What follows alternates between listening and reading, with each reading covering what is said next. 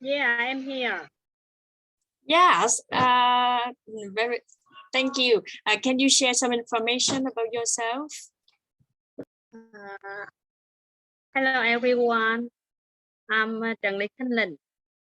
I'm a teacher at Vĩnh Long College. I have been teaching English for 23 years, and I play at Theo Trần Nữ Vương Street 1, Vĩnh Long City. I have a happy family with two wonderful husbands and 2 sons. And I'm happy to join your workshop today. Yes, thank you. Thank you for sharing. And I'm really happy to have you here. And could you please tell me where you got information about our workshop from? No, because I have much work at school.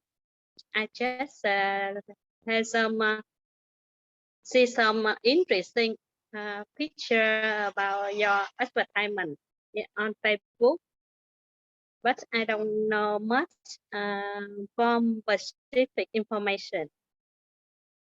I come here to get some experience from all of you. And I hope that your workshop will successfully. Yeah, thank you.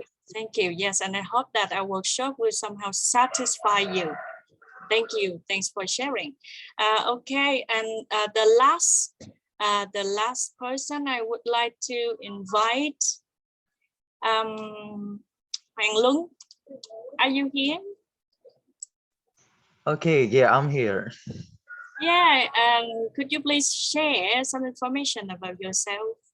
Hello everyone. My name is Lung. My full name is Nguyễn Hoàng Luân, and I'm currently working as a teacher at Zavik English Center. So I come from Đồng Tháp province, and it's really nice to meet all of you here, and especially some of my friends also present here. Oh yeah, it's very fantastic to hear your friends who are going to present here, right? And thank you. And what expectations do you have when joining us today? Actually, I'm really interested in teaching English when I was a child. And when I study at university, I have a lot of chances to work with a lot of amazing co-workers, and they are also inspiring me a lot. So in this workshop, I just want to learn more about teaching methods and some new teaching methods for my lesson in the upcoming years. And especially I want to meet and maybe cooperate well with all of you in the future, like in some thesis or some research about teaching methodology in the future. So that's why I joined this workshop today. Yeah, thank you. Thanks for sharing. And I hope that you are gonna enjoy our workshop a lot, and our workshop is going to somehow satisfy you. Thank you. Yeah, we remain some minutes. So I think I'm gonna invite one more person.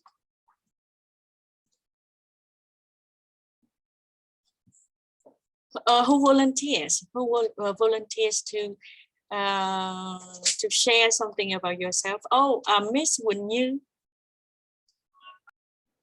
Hello everyone. So my name is Như, and I'm teaching at a private center. So my target students are teenagers and university students. So I hope that after the workshop, I can know some more technique or some more online platform in order to better my teaching.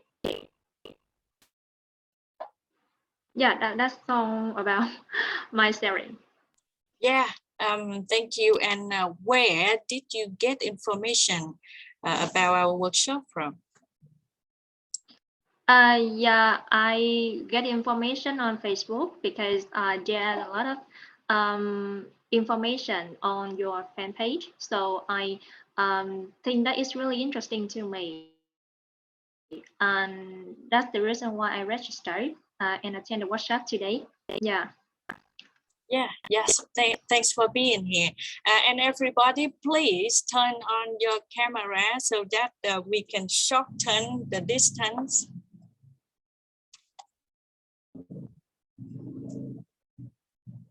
Okay, many thanks.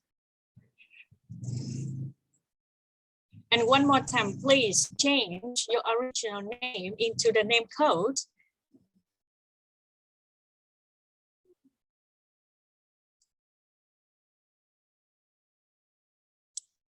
Okay, thank you. And you know, our workshop is about to start at 1:35, and I'm going to pass the floor to the two beautiful MCs today. First of all, and once again, I want to remind you that please change your name and also turn on your camera.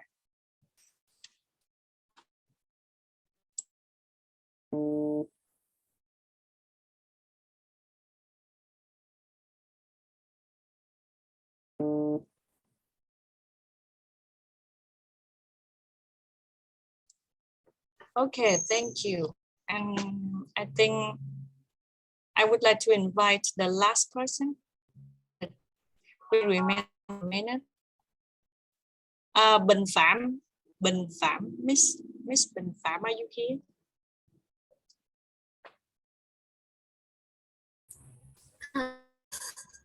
Hello, Miss. How are you today? I'm so good. How are you? Yeah, I'm good. I'm happy to hear that you're good today. So could you please share some information about yourself? My name is Bình and my full name is Bình. I'm a student in majoring in translation and interpretation English. Nice. Course in Can Tho University. Nice to meet all of you. Actually, I'm so surprised when in college as I just received a message on the group on Zalo and I attended and yeah. Yeah, so what expectations do you have when joining us today?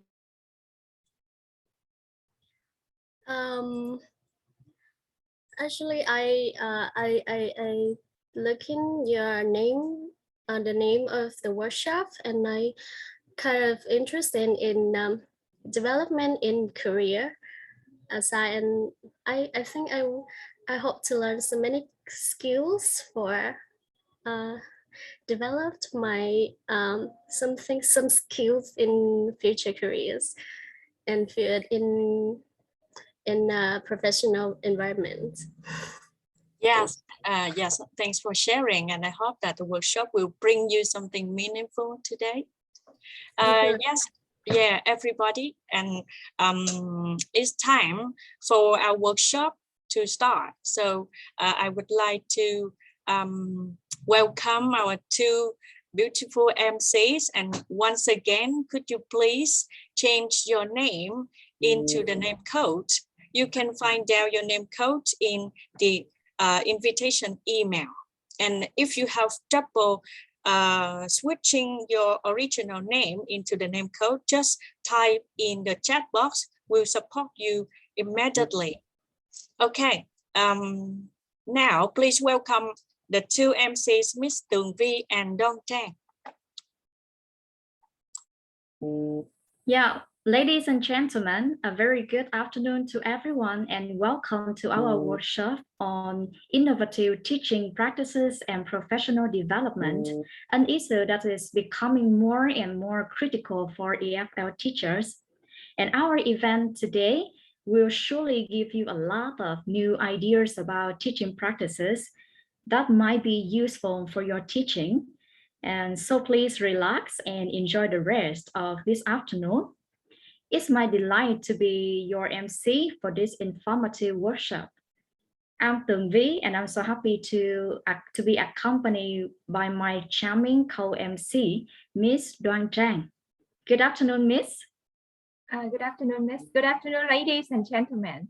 I'm very cheerful to be co-MC this afternoon event with Miss Tường Vi as well. And we appreciate your taking time off your busy schedule to join us today. We hope you will find this program that we have lined up for you to be fruitful and engaging. And before we begin this program, it's our great pleasure to welcome Dr. Nguyễn Nhi Khang, the lecturer and also our instructor. Our distinguished guest, Mr. Đặng Gia Bảo from Đông Đô English Language Center, Mr. Trần Minh Nhật, a teacher of English, Ms. Nguyễn Thúy Diễm from Symbol English Center, Mr. Nguyễn Văn Thống, and Ms. Phạm Ngọc Huyền from Can Tho University, and Ms. Phan Ngọc Uyên from AMA English Language Center.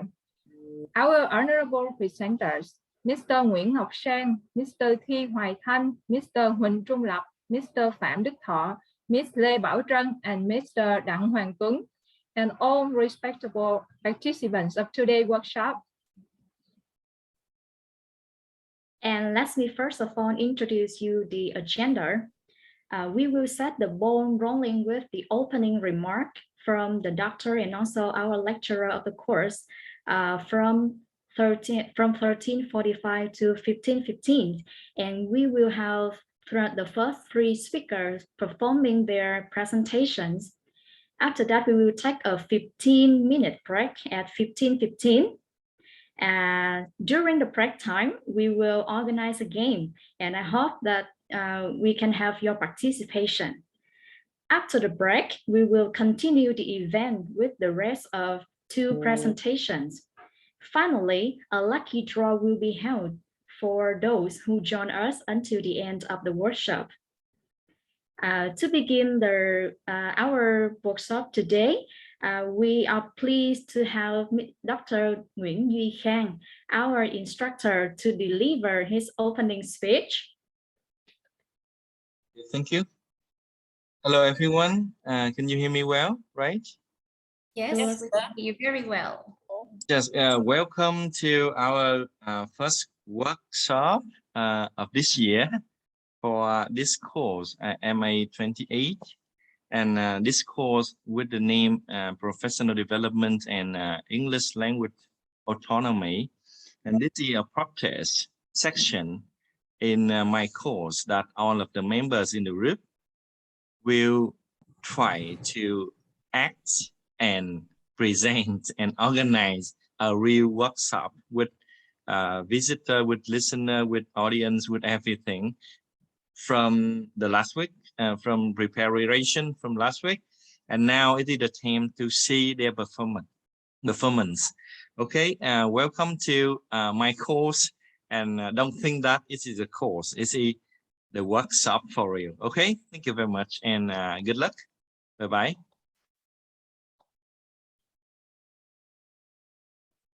Yeah, thank you, Mr. Khang, for the wonderful remarks.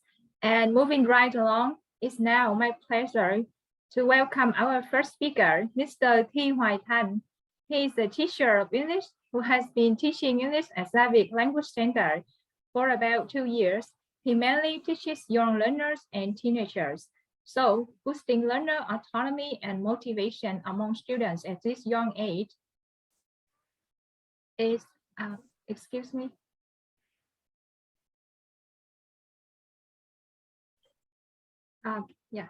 Excuse me. Yeah, so he's really interested in trying out new teaching techniques and using novel teaching tools into his teaching. Okay, he's going to share a presentation on the use of learning platforms, quizzes, and booklets as effective learning assessments and self-learning tools. Good afternoon, Mr. Thanh. Are you ready? Yeah, good afternoon. Yeah, so thank you. I will pass the floor to you. Thank you. So good afternoon, everyone. My name is Thi Hoài Thanh, and today I'm glad to be here to share with you some of my experience in using the online platforms into my teaching practices. And I believe that everyone here will agree with me on the point that in order to teach young learners like kids and teenagers, we as a teacher need to make our lessons more engaging and vivid, right? So I would say the use of online learning platforms plays an important role in making a more interesting lesson. And these online platforms can help create a more competitive and also enjoyable atmosphere in which our students get involved more into the lesson. And they also have the chance to review and access the knowledge gained after a learning period. So today I would like to provide you with a very brief summary about the two online platforms that I'm using, namely Quizy and Blooket. And I also go through the strengths and weaknesses of each online platform in order to help you have an overview and select the most suitable one to use for your future teaching. And I would like to emphasize here the information that I am about to give you in this sharing section is based mainly on my own experiences after a couple of years using them. So you are advised to take time to experience them directly to have a deeper understanding of how the platform works and how effective it is.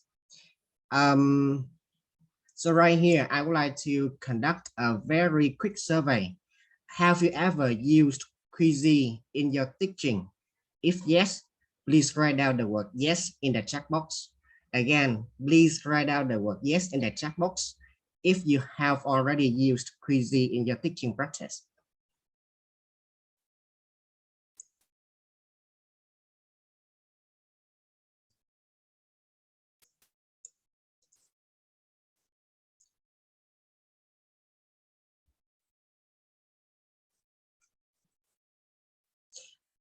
Okay, thank you for your answers. I can see here a lot of us here have already used Quizy. And as you know, Quizy can be played both by kids and teenagers, and adult learner may find it engaging as well. And I mainly use Quizy as an alternative to Kahoot because personally I think Quizy is more interesting and can promote teamwork among the students. Quizy is a perfect tool for self-assessment and self-evaluation as the results are practiced and presented in a very specific manner, right? And teachers can easily see how well the students perform and what needs to be rechecked and retaught. In terms of the strength of Quizy, you can see here, we can get access to the question bank where other teachers around the world contribute and share their work to other teachers. And I would say here, it's like a community. We can type the lesson topic and choose the set of quiz, and then we can personalize it and we can make it our own. And we will have two options to create. Actually, we can create a lesson or we can create a set of quiz. When we choose to create a lesson, it means that we can design the slides and multimedia combined with a quiz and poll questions, so the students can learn and play at the same time. I experience it, and I have to say it's a very useful tool because we can deliver the lesson. We can also access the student at the same time, and it can also promote interactive lessons thanks to the polls and open-ended questions. And when you choose to create a set of quiz, we can freely design the quiz with 5 different kinds of questions. We have multiple choice, checkbox, fill in the blank, poll, and open-ended questions. I think it can somehow diversify and make the quiz more engaging. When we compare to Kahoot, Quizy is more flexible, right? Because Kahoot only allows 2 kinds of questions, multiple choice and true false.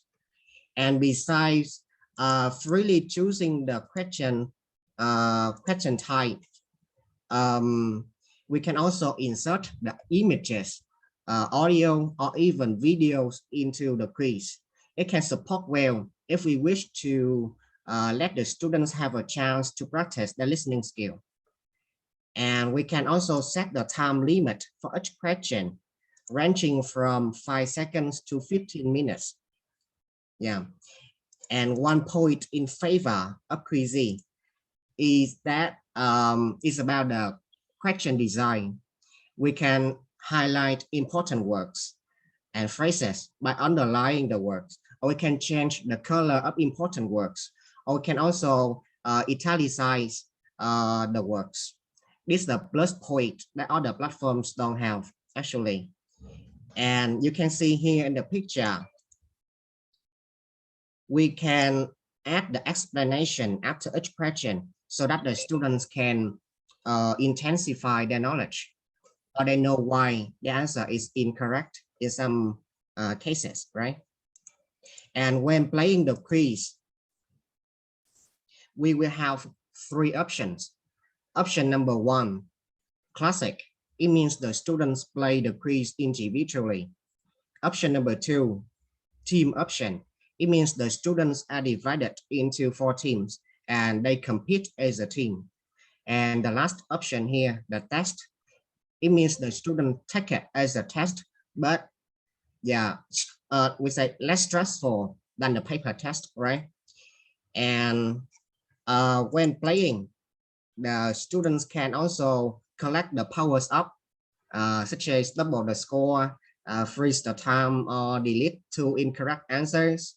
And these powers up will create the winning opportunities for less achieving students and can also create some twist during the game. And when we assign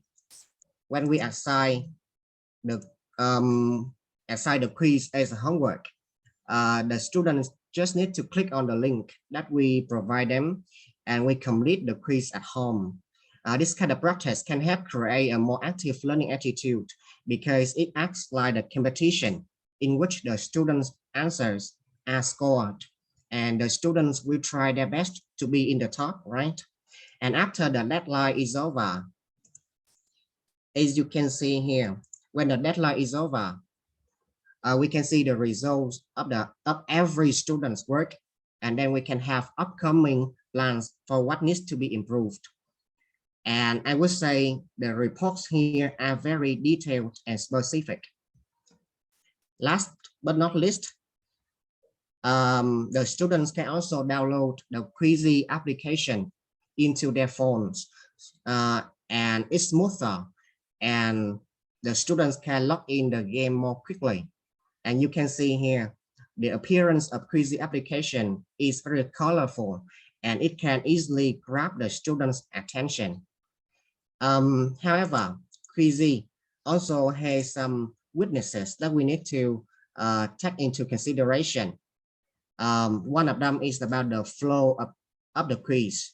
In Kahoot, we can stop after every question to see the general result, and then we can provide the students with the explanation, right? However, in Quizy, when we run the game, students will play the quiz without any pause. It can be the drawback because in some difficult questions, the students answer incorrectly, but they don't know the reason. So learning cannot take place here. However, we can solve this problem by choosing the mode instructor paced. And secondly, all the students' scores are presented in the leaders board, and the students can see the results of each other. And somehow it may cause embarrassment for less achieving students when they are in the bottom, right? So now I would like to deliver some instructions for you as a new user. After login Quizy by our Gmail, we can see the face of Quizy is here. We can click on create here to start designing our own quiz or the lesson. We can click on explore to search for existing quiz that other teachers already designed. We can click on my library to see all of the quiz that we have designed so far. And the last one, reports here to see the students' results, the students' work results. And my recommendation here for you is to try out creating the lesson. in quizzing, especially when the students are studying online like these days. This option can prove its amazing benefits. So instead of using normal PowerPoint slides, we can make a shift to quizzing. Here we can design the slides as normal, and we can also include the questions. And the questions here are graded or not graded. It depends on your choice.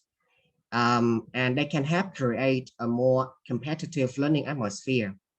And it's similar to Mentimeter, but when you use Mentimeter, we are restricted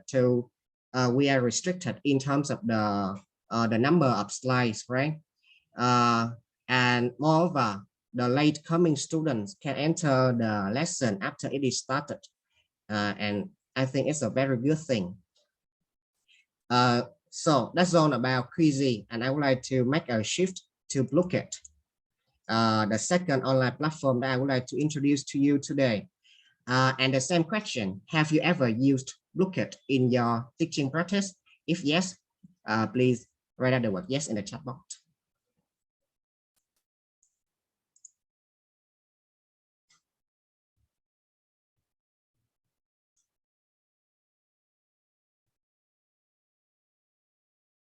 Okay, thank you for your answers.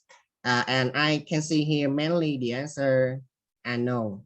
And it's my pleasure to introduce it to you today. Yeah. You can see here the appearance of Blooket website is similar to Kahoot in some points, but more youthful and lively because it aims to young learners. And this online platform requires us to upgrade the account in order to use its premium offers. However, the basic option, or we say the Blooket starter, is still effective for big-sized classes. We can basically use all the wonderful things in this platform with no charge, no fee here. And you can see Blooket makes use of cute animated icons, which certainly attract young learners' interest and attention, right? And when logging into the game, some students have to wait for other students so they can take time to choose the avatar as a way of killing time before the game. And it's extremely easy to log in the game, as the students just need to click on the link that we share with them. And we also have a very supportive community where all the teachers share their work to the community, and we can easily download, we can easily search for them and personalize them. And there are about 11 game options to play, which promote different class arrangements such as individual work like fishing frenzy, racing, tower defense or cafe, and so on. And also promote the teamwork like battle royale. And we can also assign the quiz as homework here. And for sure, our students can practice and have a lot of fun at the same time. We can also track the students' progress as the results of the practices are presented in a very detailed manner. And the next one here, Blooket allows up to 60 live participants at the same time, which is so good for big-sized classes. And in some other platforms, do you agree with me that the more achieving students will be always the winners, right?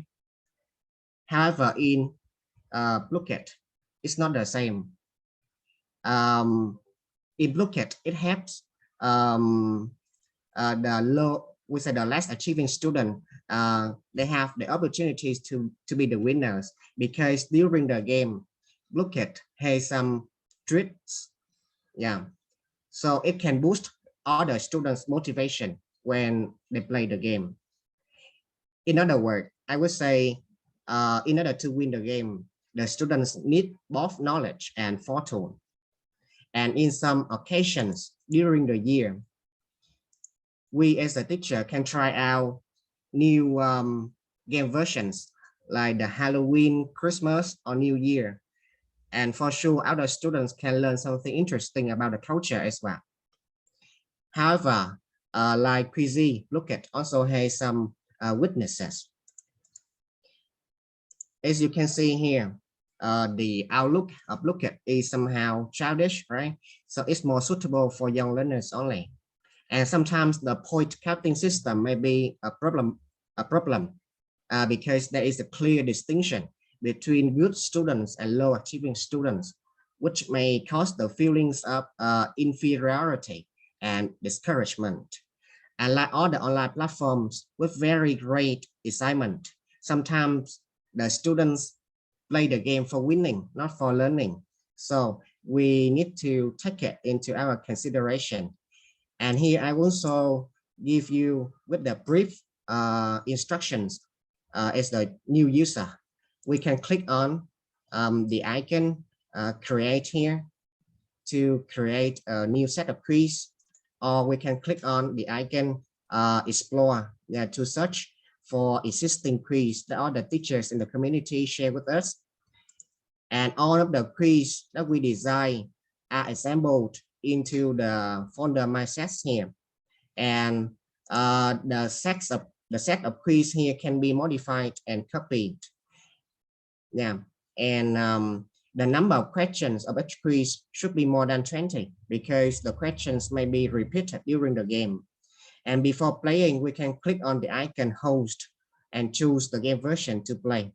Remember to set the time and the target result of the game. So above, I've just introduced you the two online platforms that I used the most frequently into my teaching practice. And each platform has its own advantages and disadvantages. So I hope after my sharing, you can take them into consideration for your current and future teaching practices. And I hope we share the same perspective here.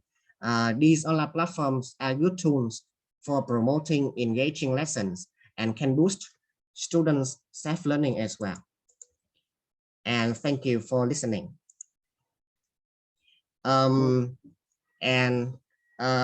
If you have any questions and concerns, don't hesitate to raise questions. And I'm very pleased to answer your questions. Thank you. Thank you, Mr. Tan, for your informative sharing. And it was a very precise and relevant presentation as well. And I believe that Mr. Tan is willing to welcome the questions from our participants.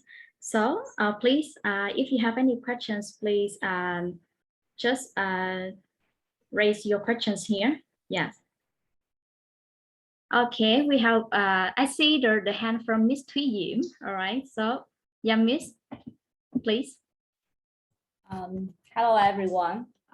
First of all, I would like to say thanks to the presenter for a very useful and colorful introduction. It's obvious that you did spend much time to prepare it, so much appreciated. So I often act as a trainer, so I believe that it's bringing me a new chance to apply for my training materials in the future. And thanks to that, I have two questions for you. The first one, somehow quizzes look like Cohort, right? So as you talk, and do students need to have the mobile phone to involve in the activity of quizzing? That's the first one. And the second question, as you told me about the weaknesses of quizzing, so it cannot stop within the process. So the teacher just cannot explain how questions to the student. So can I assume that it contributes to the learner much as our game, but not the lesson? Can I assume like this? Yeah, that is my two questions. Thank you. Thank you, Ms. Thuy Diễm, for your two questions. Yeah, and for your comments as well. For the first question, you asked that if the student needs to have the smartphone to play quizzing, the answer is yes. Yeah. However, because we have the mode play as the team, as I mentioned before, right? So some students that don't have the smartphones, it's okay because they can play, they can share the phone with the students who have the smart devices. Yeah, that's my answer for question number 1. And question number 2, actually we cannot stop when the game is run. However, we can add the explanation for the difficult questions so that the students can see the explanation. However, because Quizy is upgraded, I remember some months ago, we can choose the option instructor paced. It means we can run the game each question by, we say question by question. Yeah, it's like Kahoot, but please remember to choose to tick that option instructor paced before playing the game. Yeah, because I'm afraid that some teachers, when they play the game, they forget to choose the option. Yeah, got it. Thank you. And so it means that we only use Quizy for the teenagers and adults, but not the children. That's right, because they are not allowed to use the mobile phone. That's right. In my cases, when I teach young learners, like in the elementary students, I will go around before the lesson and I borrow and I collect the smartphones from the teaching assistants or other teachers so that I can give the student the smartphone to play, and they can play as a team. Actually, we just need to have about 5 smart devices to play that game. Okay, sure. So I understand. So that's mean it has more advantages for the student, for the learner, the young learner in the center and in the urban, but not in the rural, because we don't have enough mobile phone to do this. Okay. Yeah, I have to say that actually. Yeah, very practical. Thank you, presenter. Thank you. Thank you. Yeah, thank you. The questions raised from Ms. Thuy Diem, and thank you for Mr. Tan's response. And everyone, do you still have any questions for our presenter? Please don't hesitate. Yes, okay, a hand from Miss Wen Như. Okay, Miss Wen Như will raise the question first, and then Miss Thuy Trang. Yes, Miss Wen Như, please. Okay, thank you, Mr. Tan, for your recommendation. I see that it's really interesting to apply Dojo platform. But have you ever experienced any incidents when you apply those platform into your class? Yeah, thank you for your question. Actually, yes, but just sometimes, because we cannot ensure that the internet connection of the students are strong enough. So sometimes 1 or 2 students cannot enter the game. But I also have to start a game because I cannot keep other students waiting. However, in that case, I can share the screen, and the students who cannot get access to the game can still observe what is going on. And I also assign the quiz as a homework so that they can practice later at home. Secondly, when letting the students compete as a team, we need to be, I have to say, sensible and intentional in choosing the members of the team so that each team is equally competent. I remember a year ago when I let the students play the game, and after the game, 2 of my good students, they burst into tears because they lost the game, and they blame me for grouping them with low achieving students. And we know that the game is competitive, very competitive. So we should let the students know at the beginning that playing is for fun, for teamwork, for knowledge.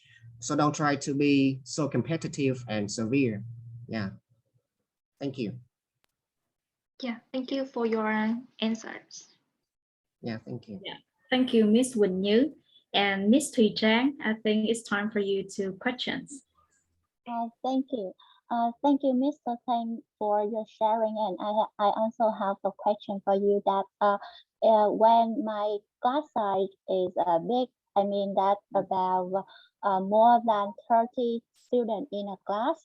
So do I need to upgrade my my Quizy account or Fluket account to let all of my students can access to the game?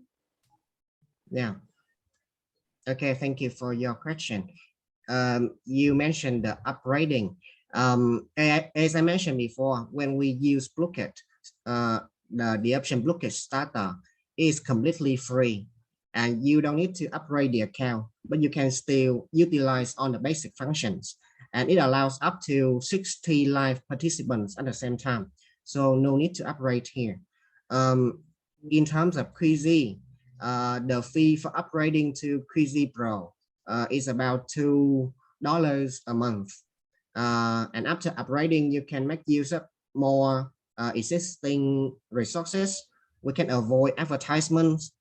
We can also insert the videos and audio clips into the quiz. However, the basic option of Quizy, I think it's enough. You don't need to upgrade because it doesn't have any restriction in terms of the number of live participants. And as I mentioned before, we don't ensure that all the students have the smart devices, right? So we can group them, group them together to play. So no need to have a lot of smart devices here. Yeah, that's my answer. Yeah, I have got it. Thank you. Thank you for your question. Yeah, thank you, Ms. Thủy Trang, for your questions here. And any questions from our beloved participants? Okay, if you still, yeah, Miss Phương Thịnh. Okay, I see your hand now. Right, so please raise your question.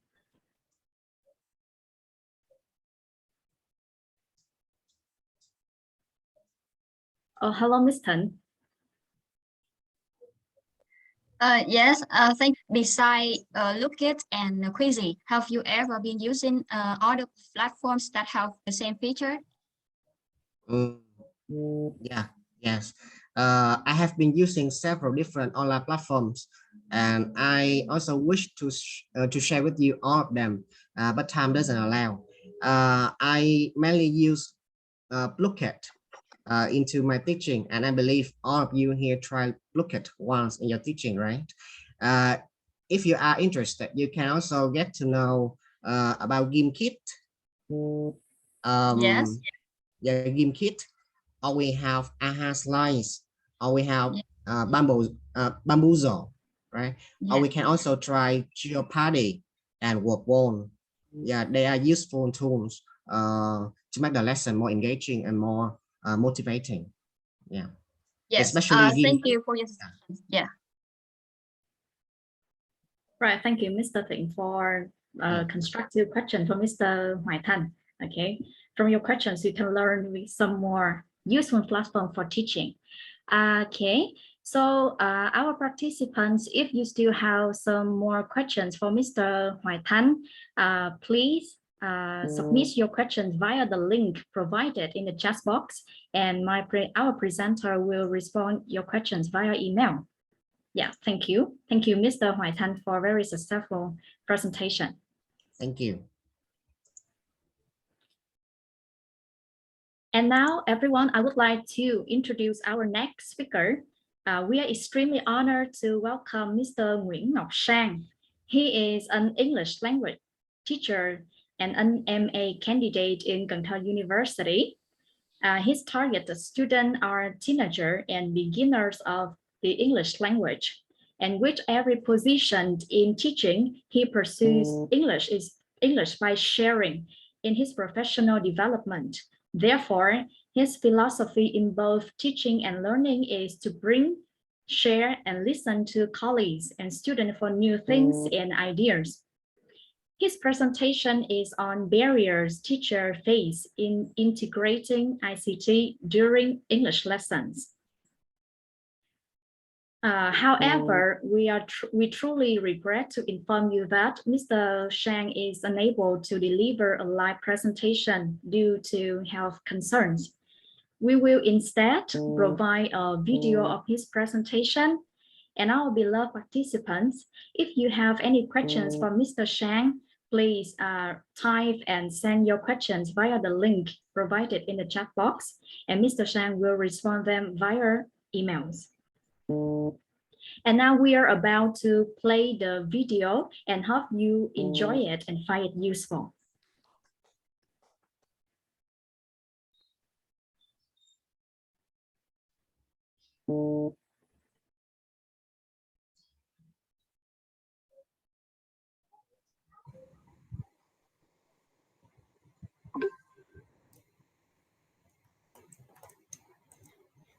Good afternoon, ladies and gentlemen. I am Nguyễn Ngọc Sáng, a MA candidate, Cohort 28 at Can Tho University. It's my pleasure to be here today to talk about one of the most recently concerned phenomena in language teaching, integrating ICT, information and communication technology during English lessons. We may all know that ICT is a broad subject that it involves a variety of concepts, and in the educational field, teacher may deal with ICT as an interaction with computers and the internet to plan and teach in a very, innovatively different ways. I mean, teachers can use computers, laptop, and even iPads to design an attractive lesson with images, sound effects, and games to foster student learning process. That sounds amazing, right? So as you can see, when I was an undergraduate at Can Tho University, I had a chance to study a subject named Integrating ICT in English language teaching.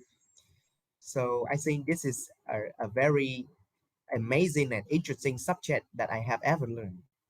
At that time, the feelings and impression for the importance of the subject itself is not intense as the moment I'm talking to you right now. Are you in any agreement with me for the crucial roles of mastering ICT skill in such a situation? The situation is that we are doing online teaching and online learning. The situation is that we are missing our schools and missing our students much more deeply than ever before. The situation is that we are facing more challenges than ever before to teach an interesting lesson. And the situation is that we cannot successfully integrate technology into our English lessons. Now, let's follow me to see what really happens to teachers when integrating ICT during their English lessons. So I have a question. Have you ever hesitated to do something or to practice something that is good for you? So the answer is maybe many yes, right? The first thing I really want to mention is teacher hesitancy. We may have been told by chance or been lectured on the benefits of ICT in education. We may all know that ICT can help with many things, just like, yes, ICT can enhance to help the teacher to revolutionize learnings. ICT can help to produce richer curricular. ICT can enhance pedagogies and many blah, blah, blah, blah. Amazing thing that ICT can help. Let's see, how do we react to the benefit of ICT? How do we react to such a huge golden opportunities and the benefits like this? So can you guess? Yeah, we hesitate to do things new. That's really something, yes, something really not really new to us, right? Yeah, and that's really how we tend to respond to ICT integration. So look at the way. I just think it's like hesitating to get vaccinated of many people. We all know that vaccination can help to do a lot of things, just like to help to reduce the rate of infection, and to reduce infection, something like that, and even the rate of fertility. However, people will keep in mind something like, is there any chance to reunite my ancestor? Is it better than American vaccine? Or should I wait for homemade vaccine like Vietnamese homemade vaccine? And as a result, many of them remain unvaccinated. Yes. To look back, if um, we consider ICT as a dose of vaccine, can you guess what would happen to those who neglect or hesitate to learn and apply ICT in their teaching? So what do we what are we familiar with? All right. So just see, they claim that they are more referable to traditional method. Yes, that's it. They say, yeah, I really do something like very traditionally. My concern is more on the syllabus or more on exercises and practices. Hence, I think it is inappropriate to assess student and respond. Assess student respond to the use of ICT tool. Smart and very easily to catch up student could do better. Meanwhile, the slow learners need more guidance. So that's it. That's what happened. So for the next one, I would like to share is that time consuming. So we heard a lot about the word time consuming. We heard a lot. Is devastating drawback on those who try to waste the time, right? But actually, time consuming here refers to the amount of time the teacher needs to spend on the lesson design or spend on learning new skill for ICT skill, new skill that they may not find difficult to learn, something like that. And one of the most referable reason is mentioned. It's just like there is no time to finish up the syllabus and prepare the students for the examination. I need more time to mark the grammar points on their vocabularies and composition, literature, comprehension, and additional exercise books. And teachers don't have time. They need to prepare a lot of things for their classroom. But you know what happened? COVID-19 again. We face COVID-19, and it's really time consuming for a 45-minute lesson that prolonged to even an hour lesson. So that's really time consuming for the teacher, right? So this is one of the barrier. And the next thing I would like to mention is this one. So teaching experience and age. The more experience the teacher is getting, the more ages they are, the or the older they are. I mean, they will get more difficult or more. They will face more challenges in integrating ICT into their teaching, especially English language teaching. Just look at Jessica, who is 27 years old, right? And let's just say integrating ICT isn't stressful at all. So yes, we made to see the fact that we want to see the fact that everyone can apply ICT in their teaching to support their teaching, to revolutionize their teaching. But actually, what we can do is something very little, because the teacher likes traditional class than ever, the traditional class. And even in online teaching, the tendency to apply traditional method and traditional way of teaching is also put into the practice of teaching in the online teaching context. And yes, that's it. That's a very sad, that is a sad fact about teaching and learning up to now.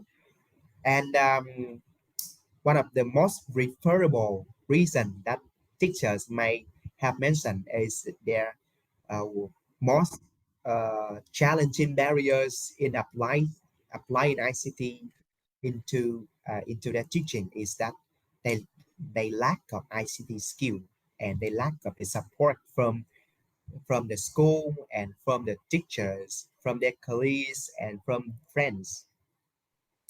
So without help, the teachers cannot know what they are doing is right or wrong, or what they are designing is attractive or not. They have no comments, they have no compliments on it. So this is very sad for the teacher. They some of them want to cooperate and want to work with the other people to design lesson, but due to some factor I mentioned before, just a time management or time consuming, something like that, and this is not real for them, and they still lack of ICT skill. They cannot find good sources to learn ICT skill and to apply them and to see how effective the ICT integration works during their lesson.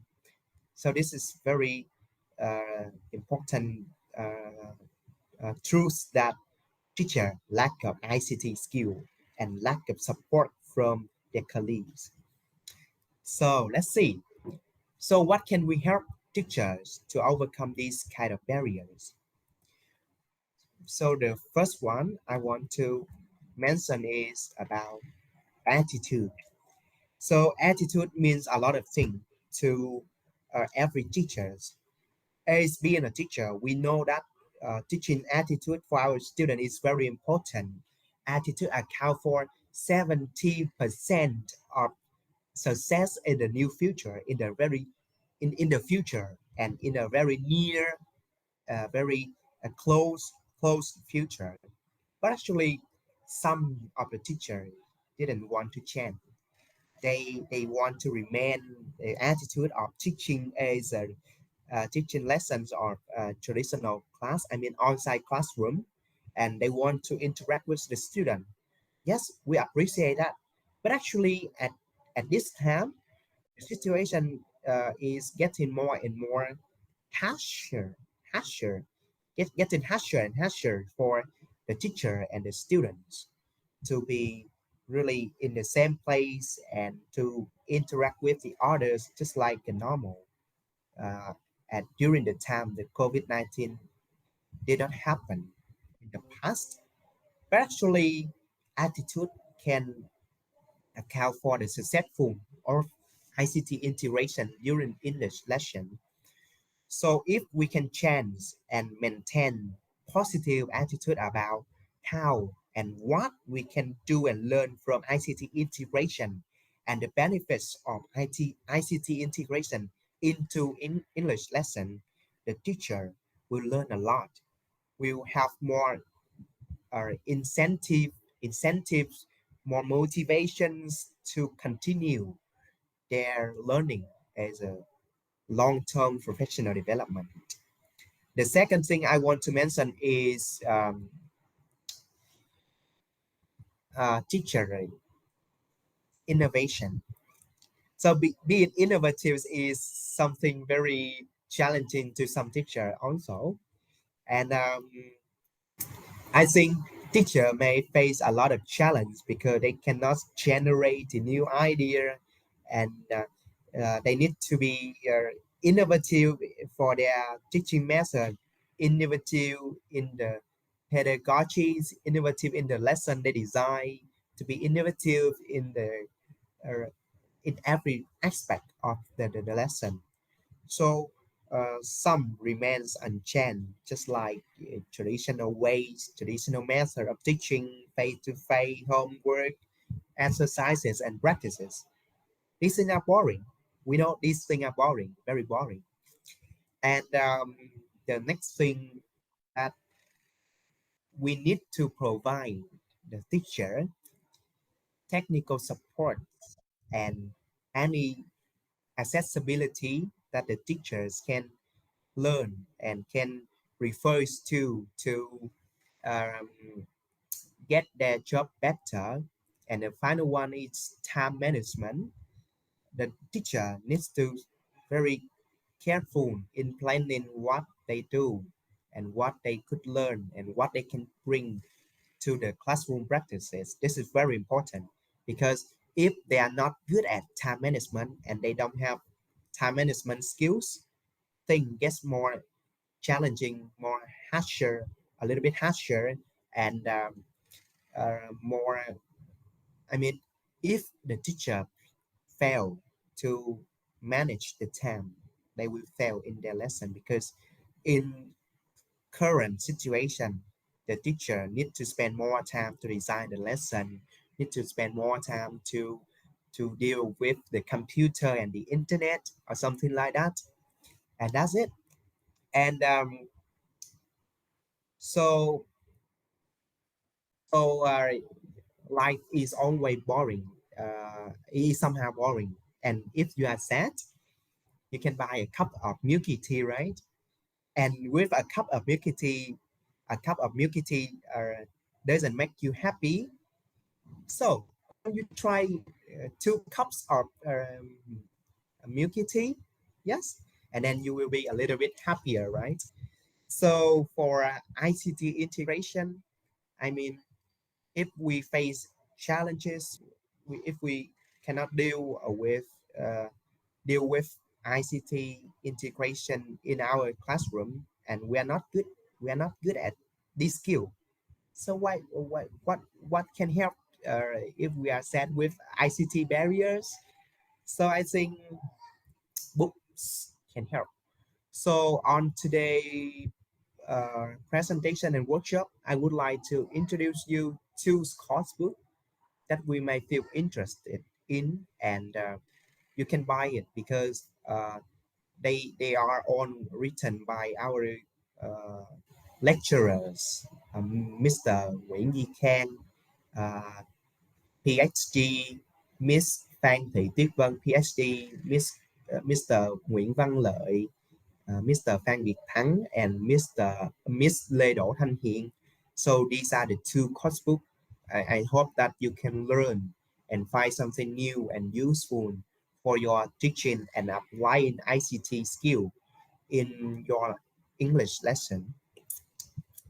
Final word, I want to use the metaphor of a cup of coffee like this to talk about the integration of ICT. So you know that everything has 2 sides. One is good and one is really bad. But actually, we can see that is the way we apply ICT in our English teaching. We can smell a good thing from the cup of coffee, but when we try this coffee, we feel a little bit bitter. It's very hard to drink for the very first time. And if what if and what if you can drink it for the second time, for the third time, and even many times later, you can like this cup of coffee. So the underlying message is just enjoy it. We, as a teacher, we know that we can learn new things by doing things, by putting ourselves into the shoes, into that situation. Just do it, enjoy it, and I hope that we can learn from it, learn many things that is good for your teaching, and you can support your teaching in such a situation like COVID pandemic is very struggling right now. And I would like to wish you all the best. Keep a good health and take care of yourself. And I hope one day I will see you and talk to you face to face interaction rather than through the screen of the computer like this. Thank you very much for your attention.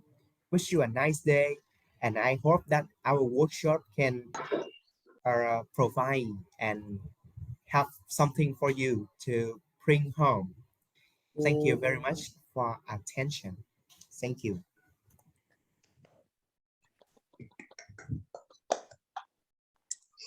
Yeah. Thank you, Mr. Shang, for a very insightful presentation indeed. Integrating ICT in English lesson really concerns most teachers, especially in the situation that most of us are teaching online right now, right? So hope that you find lots of useful things through Mr. Shang's sharing. And we would like to receive comments from our beloved participants. So please, if you have any comments, raise your hand.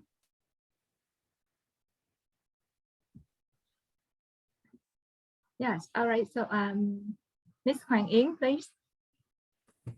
Yes, thank you for sharing presentation, which were very meaningful and attracted me by the opening story.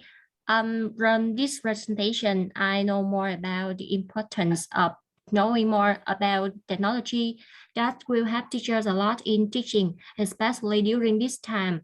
And allied four factors can help teachers overcome these barriers he just mentioned in his presentation, as well as the skill to deal with each of these problems.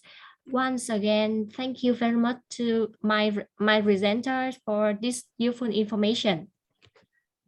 Yeah, that's all. Yeah, thank you, Ms. Hoàng Yến, for your comments. Now, all right, yeah, I see Ms. Thu Thủy. Yeah, so Ms. Thu Thủy, please. Yes, first I want to thank you, Mr. Sang, with a well-prepared presentation that he conclude many interesting pictures and images, or some like a coffee, a glass of coffee, which make us think about a lot of technologies like integrating ICT into our teaching, especially in in our modern like now, and we can have ICT in our lesson to make the student become more fascinating in our lesson. And he provide us a lot of advice for us as a teacher to overcome these barriers of technologies. And yes, I think I really appreciate his effort, and it a quite informative presentation. Thank you. Yeah, thank you, Ms. Thu Thủy. And next, I would like to invite Ms. Ngọc Mai and then Mr. Hoàng Luân later. Yes, yeah, I think I like this presentation. I think it's very useful and predictable. I think he's provide many material for me to apply to teach many students in high school. Yes, I think that's all for my presentation. All right, thank you, Ms. Ngọc Mai, for your comment. And now, Mr. Hoàng Luân. Yeah. Okay, so thank you, Zane, for such a very informative presentation. So yeah, I really enjoy the way that you deliver the information to the audience. And I really enjoy the part that you share with us the way to overcome the barriers. Like we can change the attitudes of the teacher, or we need to be more innovative in teaching English. And we also like have some technical support from other factors, and especially the ways that he delivered by using a lot of vivid images, like he used metaphors and some implications that make the audiences feel like, well, he has a good sense of studying literature back to many years ago. I think so. And thank you for your presentation, which is very good and impressive. Thank you a lot. Yeah, thank you, Mr. Hoàng Lương, for your comments.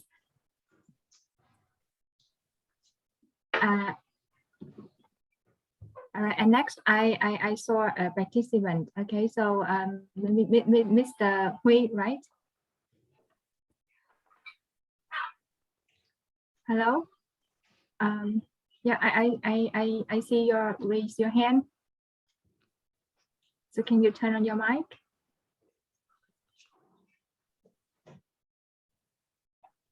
Yeah, and our participants, if you have any questions for Mr. Sheng's presentation, so please don't hesitate to send your questions to the link provided, and Mr. Sheng will respond via email. Yeah, so I see. Yeah, so you can send your comments through the link too, and we will send it to Mr. Sheng. Yeah, thank you. Yeah. So now, ladies and gentlemen, it's time for the third presentation of our two speakers, Mr. Huỳnh Trung Lập and Mr. Phạm Đức Thọ. Mr. Huỳnh Trung Lập is an EFL teacher. He is also an MA candidate who studies principles and methods of language teaching at CTU. His teaching philosophy is teaching is evolving. That's why he is always in search of ways to incorporate technological advances in his teaching. And Mr. Phạm Đức Thọ is an MA candidate at Can Tho University who has worked as a teaching assistant at a private English language center and tutor for over 2 years. He had experience in dealing with different kinds of young learners and teenage learners as well. So engaging learners in class activities is what he's really into. He is eager to discover and employ new teaching. Yeah, and our two speakers are going to present to us a presentation on active retrieving using Anki and Flexity to improve learners' long-term memory. So good afternoon, Mr. Lập and Mr. Thọ. Hello, everyone. Yeah, are you ready? Yeah, we are ready. Yeah, so the floor is yours now. Yeah, we can't wait to listen to your sharing. So please go ahead. So hello, everyone. I'm sharing the screen right now. So my name is Huỳnh Trung Lập, and my friend Phạm Đức Thọ will present about active retrieving and using Anki. Also, I'm sorry. You see my screen? Yeah. Okay.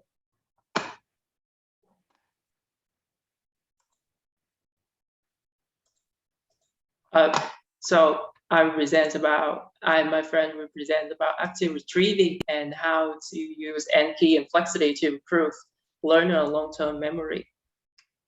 And our presentation including 4 main parts. First part, we talk about definitions of active retrieving, and we also mentioned briefly about the importance of active retrieving, and then we introduce a little bit about the 2 applications, which are Anki and Flexity. And then we will show you how, my friend will show you how to use the 2 applications. So first, what's active retrieving? So when we think of learning, we usually associate it with taking note, highlighting, learning by heart, rereading material, but actually they are the learning strategy that proven to be ineffective. Active retrieving, on the other hand, focuses on the output by getting the information out through the acts of recalling, and those information that are recalled is strengthened and is less likely to be forgotten. And our brains are actually really bad as remember things, as the German psychologist Ebbinghaus find out that what we learn will disappear within about 50% within 24 hours. And after like a week, there's less than 5% of those informations be retained. And in line with this belief, Alvin Turbin in 1991 said that if we learn something and we don't use this or never use this, our brain will think that the information are useless and will equivalent them as like our brain that we never know the information. That's why we need to recall the information that we learn consistently. And in the study in 2011 done by Carpet and Plant, the study was conducted in Japan, and the researcher split the student into 4 groups, and the participant learned the same material, and each group was given the different instruction. The first group read the material only once. The second group read the material 4 times. The third group read material and making mind maps. And the last group, a student read material once and recalled as much as possible. And the result was surprising. After the verbatim and inference test, the participants were asked to recall fact and concept. The last group, which was the active recall group, outperformed the other groups that show how active retrieving affect learner memory. And we can use like some strategy to enhance, like to apply active retrieving into our study, like using flashcards as selecting through the 2 apps that we're going to present today. The first application is Anki. This is an application for making flashcard and test yourself. And you can also see your progress through learning progress through the app. And you can like create base reverse card or just basic flashcard, and you can also create a closed test to test your memory. And when you don't have time, you can download the available flashcards on the website ankiweb.net if you don't have time. And it also allows spaced repetitions, which are very good for your memory. If the information is good, you remember the information, you can click like good and easy, you learn this again in 1 minute, which my friend will show you later in this presentation. And the next app is Fluency, which uses artificial intelligence to help you create text, quizzes, or tutorial within a few minutes. And these are the 2 apps. The Fluency application, you can create a multiple choice questions or just a questions with answer with the help of artificial intelligence. And now I'm going to show you the strengths and weaknesses of the 2 apps. First of all, it's very easy to use. Even like you're not kind of like tech savvy person, you can use it with ease. And second of all, they have like minimal design, so they basically distraction free. You don't have like experience pop-up art or something like cute illustration that distract you from your study. And next is free. It's important because the target user of the 2 apps are students, and student resources are really limited. So it's very suitable for students. And next is it's also suitable for a wide range of information. You can basically learn anything on this app, on 2 applications, from medical term, physics, languages, vocabulary, whatever you want. However, the 2 apps still have some weaknesses. The first one is it's a little bit time consuming to create flashcard or multiple choice questions in the 2 applications. However, it can be improved by downloading the available flashcard on their website, as I mentioned before. A second limitations is a little bit boring because of their minimal design, and also because the repetitions of the flashcards. So some learner may experience like boredom while using the two apps. However, the benefits of using them may outweigh the weaknesses. So I would say it's a beneficial to use the app. And now my friend Thọ will show you how to use them. Hello, Thọ. I will stop. Hello, everyone. Okay, so I'm gonna share with you how to use Anki and Velocity. So, okay, I will share the screen. Okay. Okay, do you see my mouse pointer? Yeah.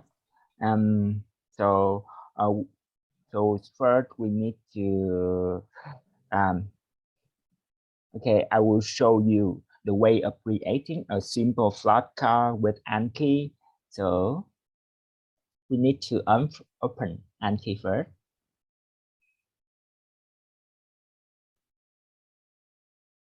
Okay, as you can see here, there are many decks here, and first you need to create a deck. Okay, you click here to create a deck, and you need to type the name of your deck. Okay, for example, vocabulary.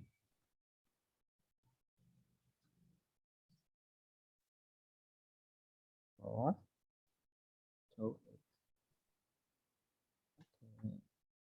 okay, and you click here, and you click here to create a new flashcard. Yeah. Okay, and you can see in the screen that there are two boxes, this one and this one, and in this boxes you can type the word you want to learn. For example, I want to learn the word proceed. Okay, so I type here, and the information here is like what you write on the back side of your flashcard, and you can type is the word meanings, Vietnamese meaning, and or an example sentence. Okay, right here. And because I'm lazy, so I will copy it from the online dictionary. Okay, so I go to dictionary and I copy it, and then I got its meaning here, and then I type Vietnamese meaning.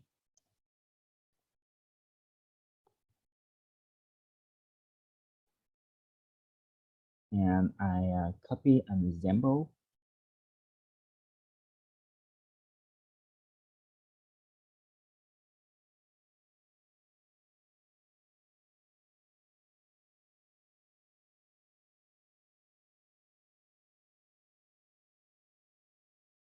So I add some colors to make my flashcard look better. Red, and I make it bold. Yeah. And this one. Okay. This one. Okay. And add. And you can do the same test to make another flashcard, and then I will show you how we can use Anki to test ourselves. So I already prepare a desk. So I'm go to this and study now. Okay, study now. And the first word, initiative. Oh, I look at it and I try to remember, but I cannot figure out what does it mean. So I decided to show the answer, the rest of the flashcard, and I look at it. And because I feel it's really hard for me to remember its meanings, so I decided to choose again here. so that I will see it. It will be shown in a minute later. Yep, again. And the next word, survey. Oh, I remember this word, and I can even make a sentence with this word. So I saw the answer, and I think it's easy for me. So I click here, easy, and I will see it in 13 days. Okay, I hope that you can see how to create and how to use anti-flashcard, and then I will talk about Fluency. Okay, so we will go to Fluency.com here. Okay, Fluency.com. And then because we want to create multiple choice with Fluency, so we click here to create multiple choice question. So after you log in and you can log in your account, you can click here to create a question. Yeah, question. And as you can see in the screen that you can type your question here, your correct answer here, and several destructors. Yep, right. But I will introduce to you an amazing things. Imagine that I'm a student, and last week my teacher gave me a lesson about the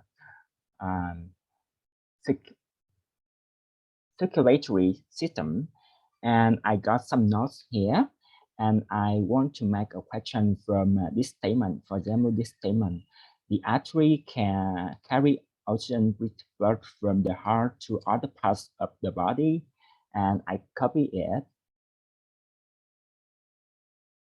and I go back to Fluency and I click to generate, and I paste my my information here, and I click here, and it will help me to generate a question. Oh, okay, we have the question here and the answer.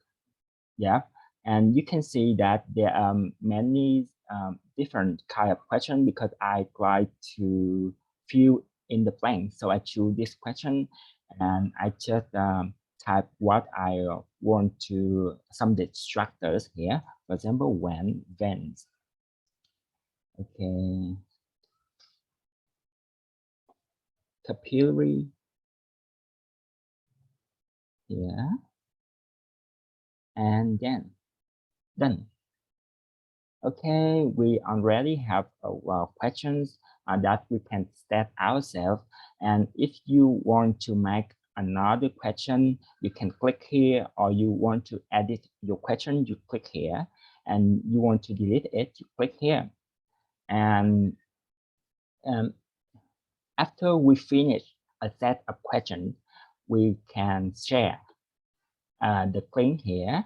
Remember to type the quiz names and your name. Okay, for example, I type because it is about the heart, so I type the heart here, and my name. Okay, generate link, and we got the link. Okay, we can share the link with our classmate, or we can copy it. Okay, I will copy it right below my my notes so that I can test myself again before my exam. Okay, so I will copy again. So,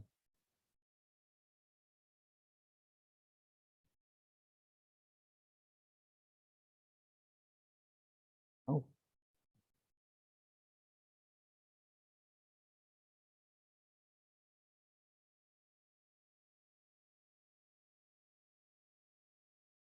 Okay, and we will check if the link works or not. We click here, we copy the link, and then we put it here.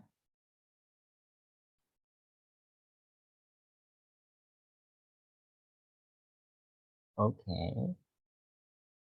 Okay. I will share the link to the chatbot if you want to do the test. Okay. And of course, my answer is okay.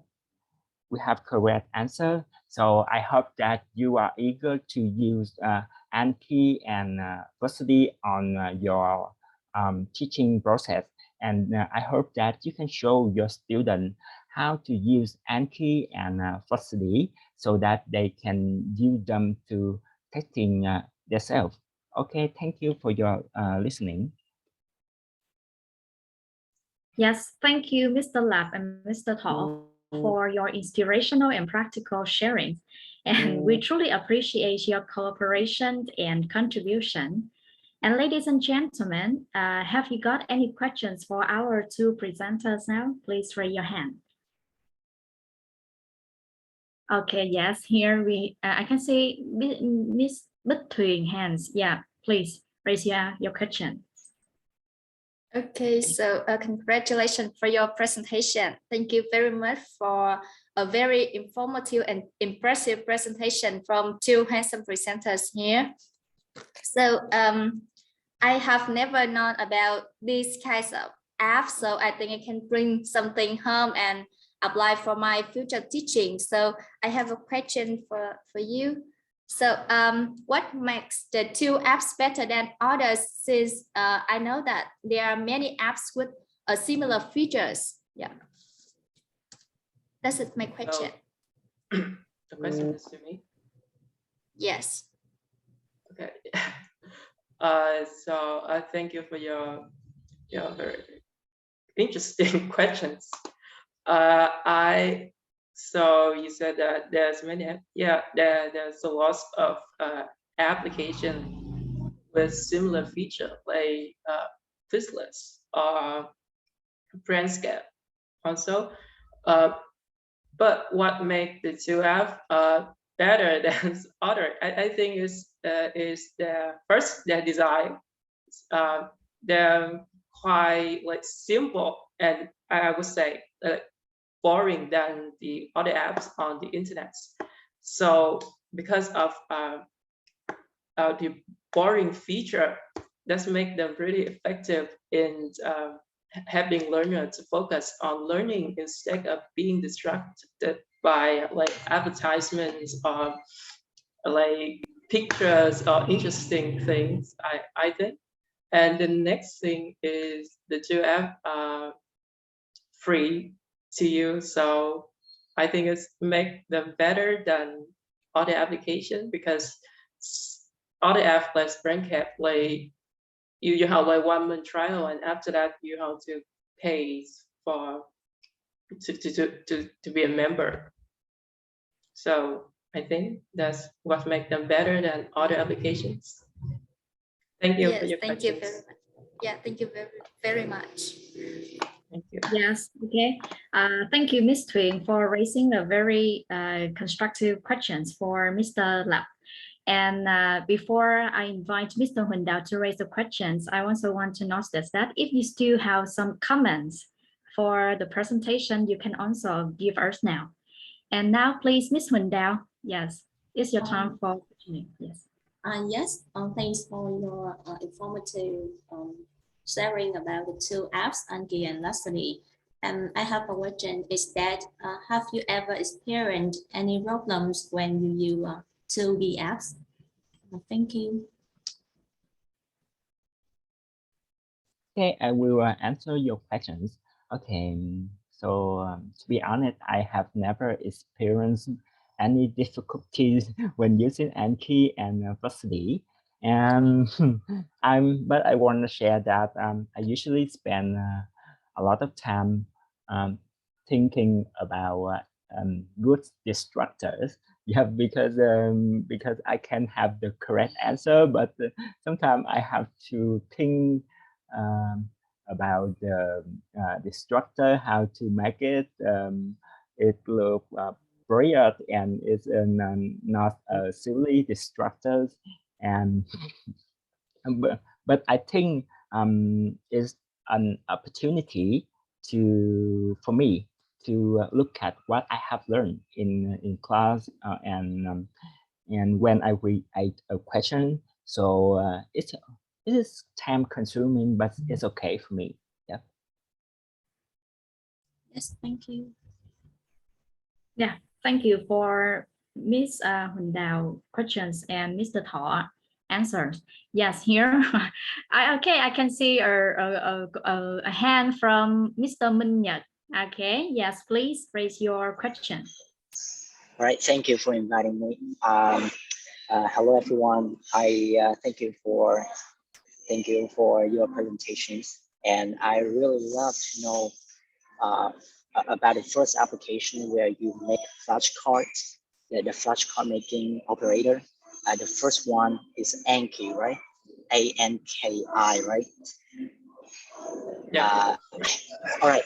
So I just want to know that if that flashcard making operator has the option to share the flashcards that we make to our friends, or the way that we export in the flashcards data to our friends or to our students so that we can study better, because I cannot see any way to export the data from that application.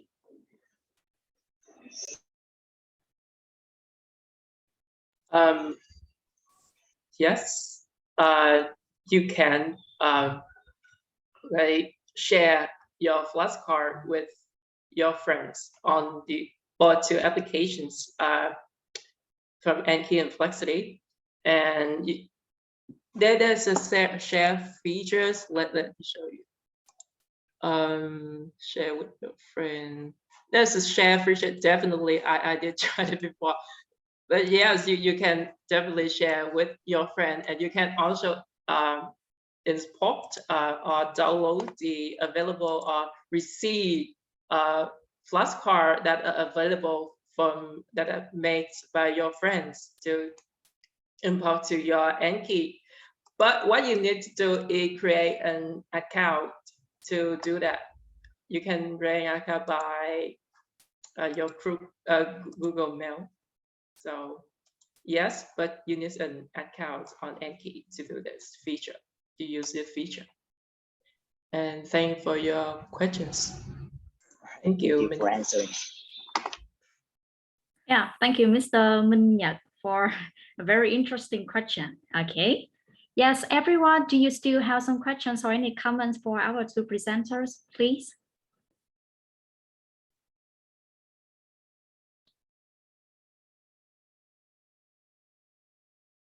All right. Thank you very much for your contribution. And thanks again for Mr. Lap and Mr. Tho. Okay. And ladies and gentlemen, as we mentioned before, after the presentation of Mr. Tho and Mr. Lap, we will go to a short break. But before we join a game, I would like all of us to take a group photo together to commemorate today's workshop. So please, can you turn on your camera and we can have the group photo right now.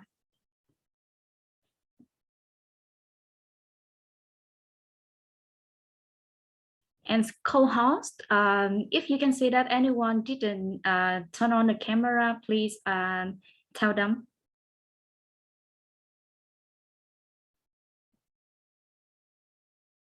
And now, Miss Nhu Huân, are you there? Can you help me to take a photo for all of us? Okay, wait me a minute. Yes. Don't forget to say 3, 2, 1 for us to ready, right? Everyone, please smile, or maybe you can laugh. 3, 2, 1. Okay, then I have pictures now. I would like to have one more pictures, everyone. Yeah, let's try again, everyone. One more. You can pose. Yeah, everyone, you can pose. Yeah.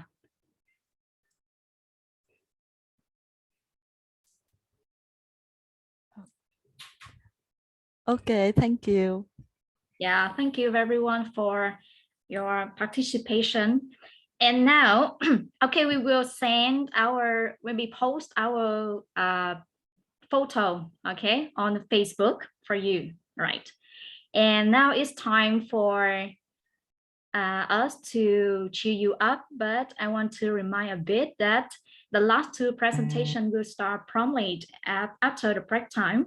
And we are looking forward to receiving your feedback for our workshop. And please fill in the form via the link provided in the chat box. Okay. Before having break time, let's join a game together. Everyone, please listen carefully to my instruction, okay, to make sure that you can join and win the game. We are all finished listening and watching the first three presentations with the performance of the four speakers, Mr. Hoài Thanh, Mr. Ngọc Sang, Mr. Trung Lập, and Mr. Đức Thọ. So we will raise some questions about four speakers. After hearing the questions, please raise your hand if you know the answer. The person who has the most correct answer will be the winner and receive a gift. So everyone, are you ready? Yeah, are you I'm ready? ready. Yeah. Yes, yes. So nice. And one notice for you, you just can raise your hand to answer after I finish reading the questions. All right. And don't let you wait anymore. I'm about to read the first question right now. The first question is, who is the second speaker of our workshop? Okay, I can see the first hand is from Mr. Gia Bảo. Okay, can you give us answer? Yeah, this is Mr. Shang. Mr. Shang. Okay. Ms. Đoàn Trang, is that a correct answer? Actually, our first speaker is not Mr. Shang. There is a little change in the agenda, and you see from the beginning. So yeah, okay, better luck next time. I think that I asked, excuse me, Ms. Đoàn Trang, I asked the second speaker. The second speaker. The second? The second speaker. Right. So sorry. So, yeah, the second speaker, Mr. Shang. Sorry, so I forgot. All right. So yeah. Okay. So Mr. Gia Bảo, you got one point. Congratulations, you got one mark. Okay. Yeah. Yeah. I'm sorry. Yeah. Let's move to the question number 2. Are there any female speakers presenting up to now? Hands, please. Hands. Okay. Yes. The first hand is belong to Miss Như Huân. Yes. Please raise your answer. I think that's Miss Lê Bảo Trân, right? Miss Lê Bảo Trân. Oh, you saw it on our agenda, right? No, I heard in the workshop. In the workshop. Okay, but remember that we just focus on the first 3 presentation with the 4 speakers. And my questions are there any female speaker presenting up to now? Okay, so Miss Đoàn Trang, is that correct? Actually, Miss Bảo Trang hasn't presented yet. Yeah, so try it again later, Miss Huân. Yeah, but thank you, Mr. Huân, for joining. And Mr. Hoàng Luân? Okay, so up to now, we don't have any female speakers. Yeah, okay. And can you list the names of the 4 speakers that has already presented? Oh, so full name, right? Or just short name? Just the name and first name, yeah. Or maybe just first name. So two of my friends, so Phạm Đức Thọ, right? Ngọc Sang, The first one, Thi Hoài Thanh, Mr. Thi Hoài Thanh. Yes. And the last one, A hot boy. Trung A Lập. hot boy. Trung Lập. Yeah, Trung Lập. Yeah. Excellent. Okay. Is that correct, Miss? Yes, exactly. Congratulations. You got 1 mark. Thank Yeah. you. Thank you, Mr. Hoàng Luân. All right, very excellent memory. Yeah. And let's move on to the third questions, everyone. Who has been teaching at Zavik English Language Center? Yes. Okay. Mr. Hoàng Luân, a bit late. Okay, Miss Thúy Diễm, go first. Yes, please. This is teacher Hoài Thanh. Hoài Thanh. Teacher Hoài Thanh. Is that Yes. correct? Yeah. Thank you, Miss Thúy Diễm. Okay. How about Miss Đoan Trang? What do you think yeah. about you? Okay, excuse me, because there is the problem with my internet connection, so I could not hear the answer. So could you please check for me? Yeah. Yeah, Miss Thúy Diễm. Okay, answer that. Mr. Hoài Thanh has been teaching at Zavik English Center. That's correct, right?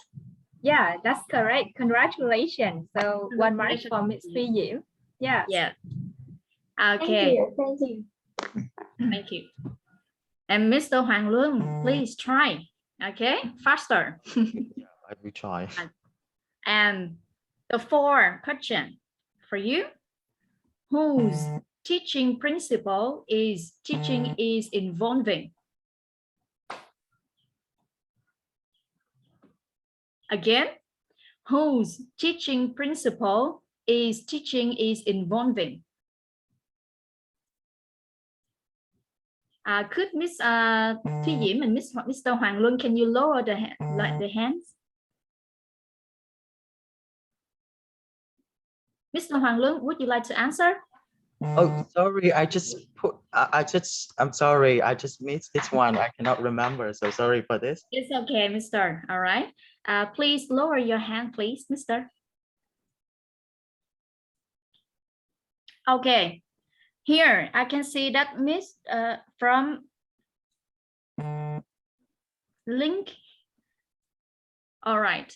If you know, you can raise your hand, Miss. Okay. And now Như Huân. Raise your answer. Okay, unmute your mic, Yes. please. I think Mr. Huỳnh Trung Lập, right? Mr. Huỳnh Trung Lập. Okay, Miss Đoan Trang, can you help me? Yeah, so now no doubt about it. It's the correct answer. Congratulations, Huỳnh. Yeah, Thank 1 mark for you. Good. Okay. Okay. And the next question. Mr. Nguyễn Ngọc Sang pursues learning by sharing in his professional development, right or wrong? Yes, Mr. Hoàng Luân, you're first. I think it's wrong. It's wrong. You think it's wrong? Yeah. Okay, let's check with Miss Đoan Trang. Yeah, so actually learning by sharing is Mr. Sang is what Mr. Sang pursues in his professional development. So this is right. So sorry, Mr. Hoàng Luân. Better luck next time, right? So the question is a little bit tricky, right? So yeah. I know that it challenged your memory a lot, but thank you for attending. Yeah. Okay. The next one, also the sixth question. Whose presentation topic is barriers teachers face in integrating ICT during English lessons? Miss Thu Thủy, yes, okay.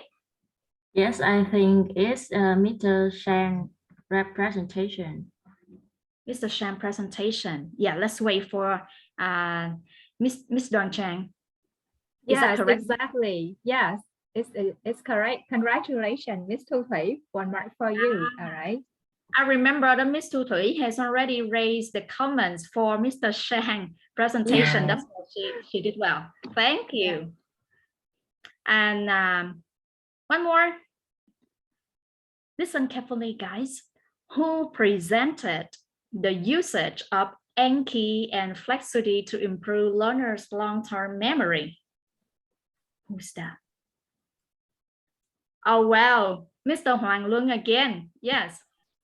Two presenters. The first one is Thọ and the second one is Trung Lập. Okay, Ms. Đoan Trang, please. Yeah, congratulations, Mr. Hoàng Luân. Your answer is correct. Yeah, so you got 1 mark. Yeah. 1 mark. Yeah. Okay, Miss Thuyền, try more, please, faster next time. Okay. Another question. Were Quizy and Pluket online learning platform presented by Mr. Phạm Đức Thọ? Miss Thu Thủy again. Yeah. Thu Thủy, Yes, I think that is in the presentation of Mr. Thi Hoài Thanh. So the answer is The answer is yes or no? No. Yes or no? No. Okay, Miss Đoan Trang, please. Yeah, congratulations, Miss Thu Thủy. All right. Actually, the presenter who mentioned this is Mr. Thanh, not Mr. Đức Thọ, right? Congratulations. Yes. And the 9th questions is, whose philosophy in both teaching and learning is to bring, share, and listen to colleagues and students for new things and ideas?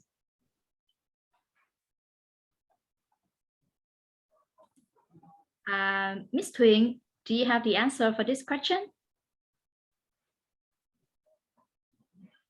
So sorry, not yet. I'm thinking about that. Yes, okay, right. How about the others? I read again.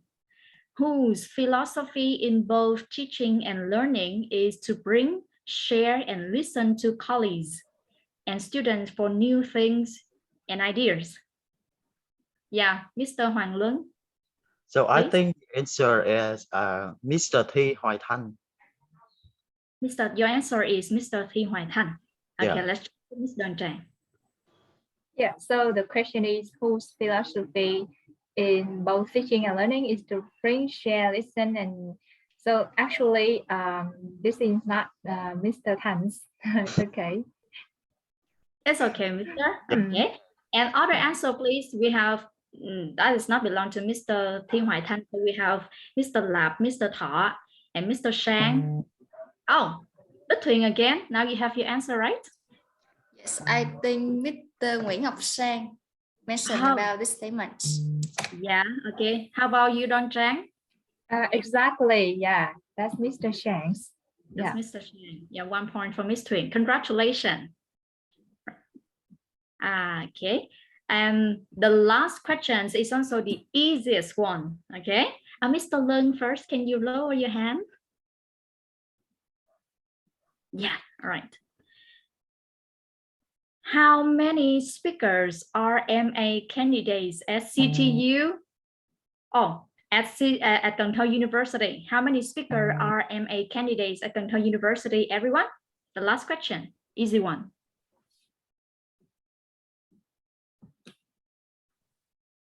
Okay, Miss New One, please. I guess 5 speakers, right? 5 speakers. Can you list the name of the 5 speakers, please? Yes, Mr.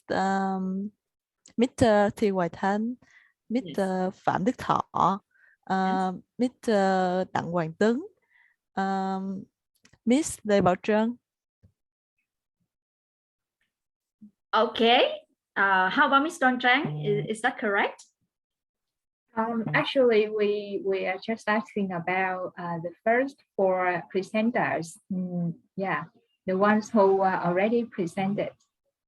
So when maybe you Miss Huân, maybe you read the agenda very carefully and you mentioned other presenters who has not who haven't presented yet. Yeah. Okay, so what is the correct answer for this question, Miss Đoan Trang?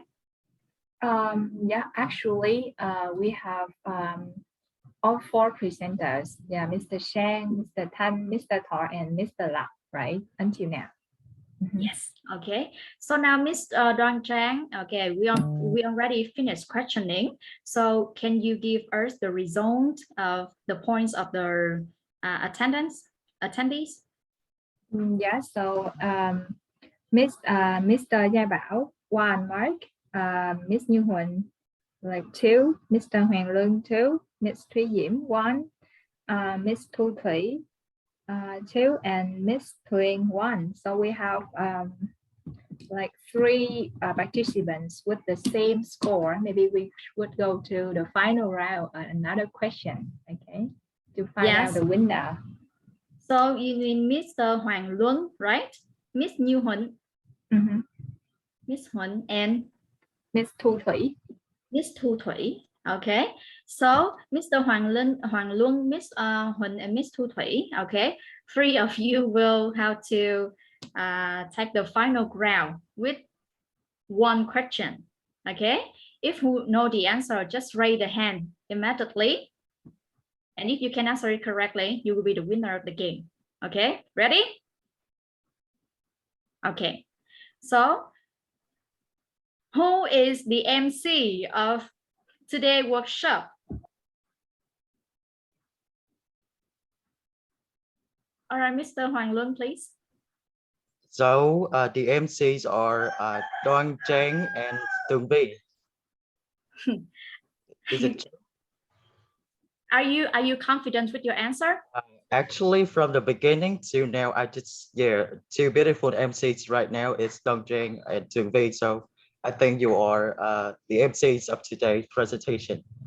Thank you. I don't need to check. Okay, I don't need to check Ms. Dong Chang to check for me. That is the correct answer. Okay, and thank you very much for your attendance.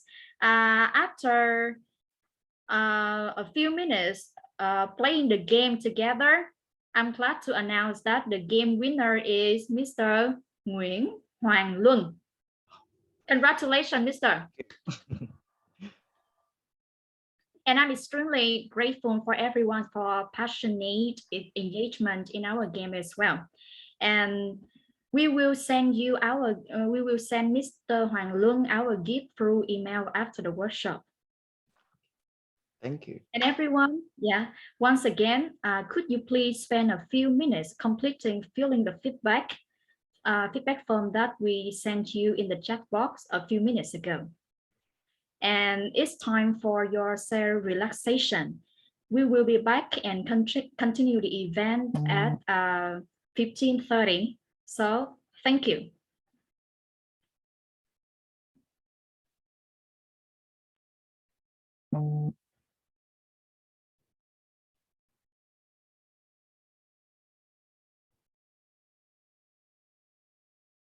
So everyone, we will go back at 15:30. So now it's time for you to have a cup of coffee or something to relax.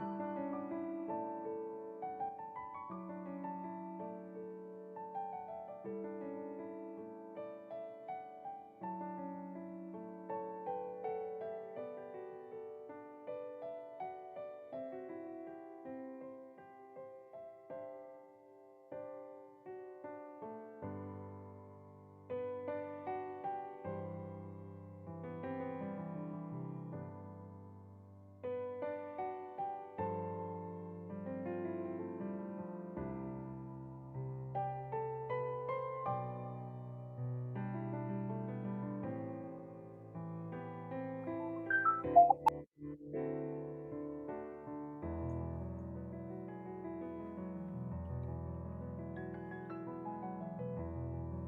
right. Hello, everybody. It's time to be back. Okay. It's nice to see you again.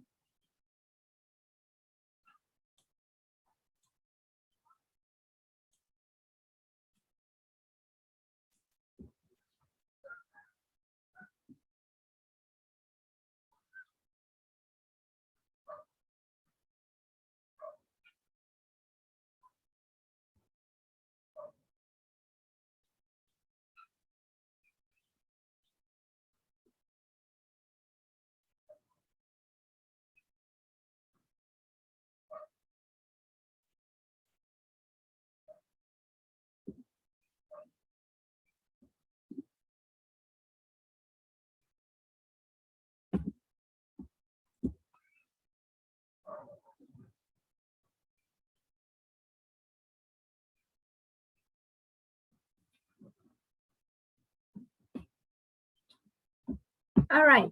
So, ladies and gentlemen, welcome back. So hope that you have time to enjoy yourself and relax a little bit before we continue this program. Yeah. So ladies and gentlemen, we will continue the program with the only female speaker of today's workshop, Miss Lê Bảo Trân. She had experience of working in AMA English Language Center before she returned to her hometown and applied to Tân Lược High School. Her teaching philosophy highlights the devotion and dedication of her entire life for education. She said, "There are no naughty students. They have just lost their treasure, and the teacher's mission is to help them discover their true value to find out themselves." So she's delivering a presentation on the application of 4-3-2 technique to enhance grade 10th student speaking fluency. So good afternoon, Miss Bảo Trân. Good afternoon, Miss Dong Trang. Yeah, so I think that you are ready to start your sharing now. Yeah, I'm eager to share now. Yeah, so the floor is yours. Okay. Thank you.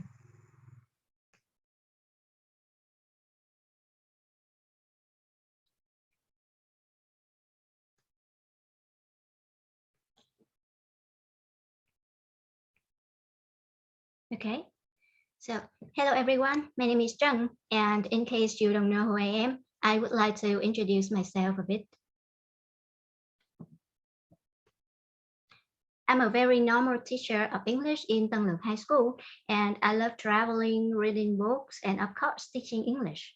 But unfortunately, it used not to include speaking periods because this seemed to be a terrible time for not only me, but also my students. So why do I say so? Let me show you this thing. I made a simple survey on nearly 150 of my 10th grade students about what skills they are afraid of the most. And after 8 weeks working with them, and here is their answer. As you can see, I received 95 votes for speaking skill, which only ranks after listening skill, the most difficult skill according to Nabilia 2020. So the statistics reveal that speaking is actually a huge obstacle to students' English development. When I asked them for the reason, most of the answers indicated the fluency shortage. Learners may feel a lack of confidence and they aren't willing to open their mouths in my speaking lesson. So, what is speaking fluency?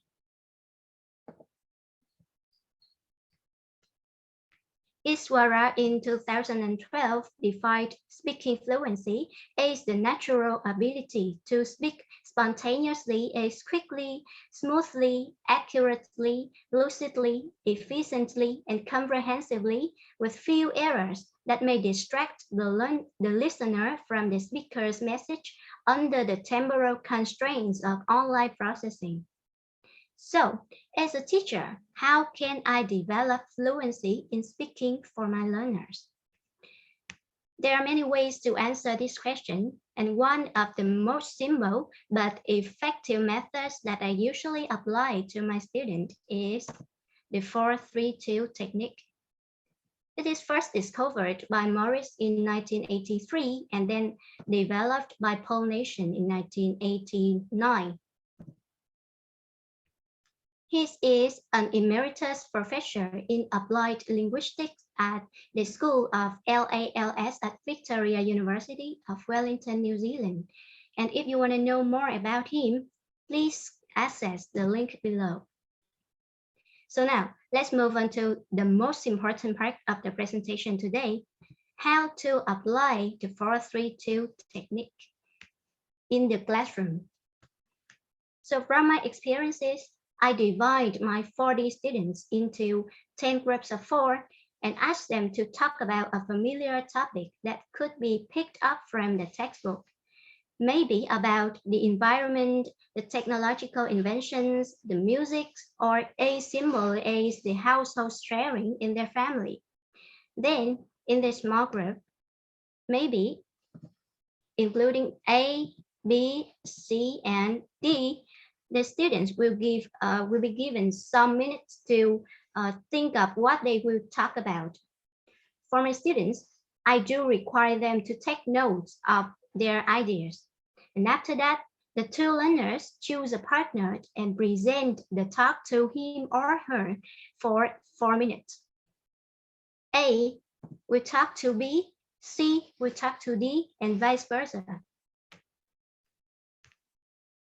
And after that, they stop a bit and take a 30-second break and then change the partners and start talking again on the same topic to the new listener within 3 minutes. But remember, the two listeners cannot interrupt and ask questions. They just listen. So this time, in the second stage, A will talk to C, B will talk to D, and vice versa.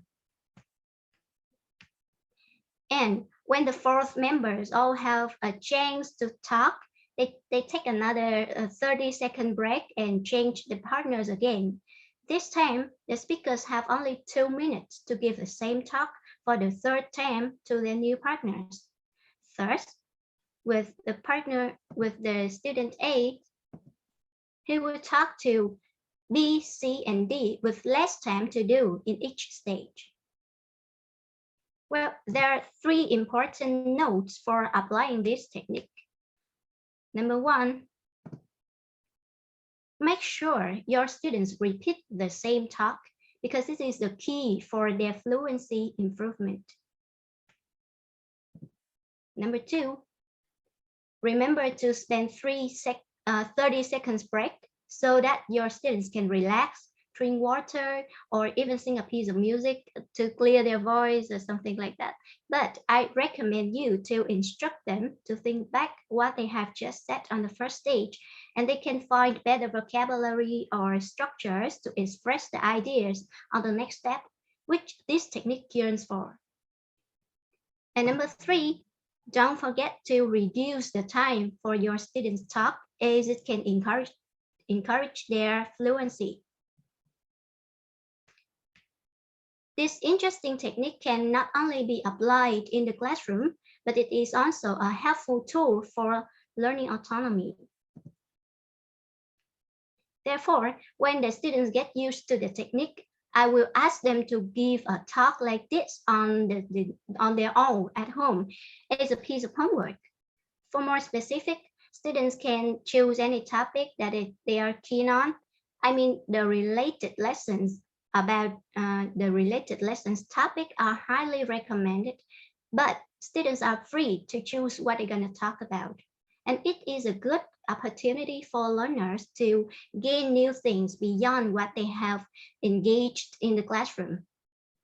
And next, they will make their 4-3-2 minute talks and record their work with Vocero or any recording apps that they like, both online and offline. After that, students will publicize their audios on the personal folder, which is later used as a kind of portfolio. And then other students will visit, listen, and leave comments for the talk about the strong points and mistakes that they can recognize from the talks so that they can learn from each other, make a comparison with their peers, and realize their weaknesses. The result I gained until now is quite ideal, as my students find it exciting to count how many words they can cut off after each stage and also positively evaluate to point out the mistakes in their peers' talks. Well, a big question raised here is that does the 4-3-2 technique actually work well? And I'm going to show you how this technique affects and improves learners. So the first benefit is, of course, the fluency. In Paul Nation's experiment, he included 10 males and 10 females coming from 16 different countries in the world with ages ranging from 19 to 50 years. Paul Nation's findings in Table 2, as you can see on the screen, indicated that learners made remarkable increases in their speaking speed, up to 62.1%, as you can see with subject 14. And moreover, in Table 3, the frequency of hesitations among the learners also exposed the overall grammatical decrease up to 55%. Let's see the subject 7. And Paul Nation also stated that the number of false starts, hesitation items like and repeated words is in then I said decreased in each case study.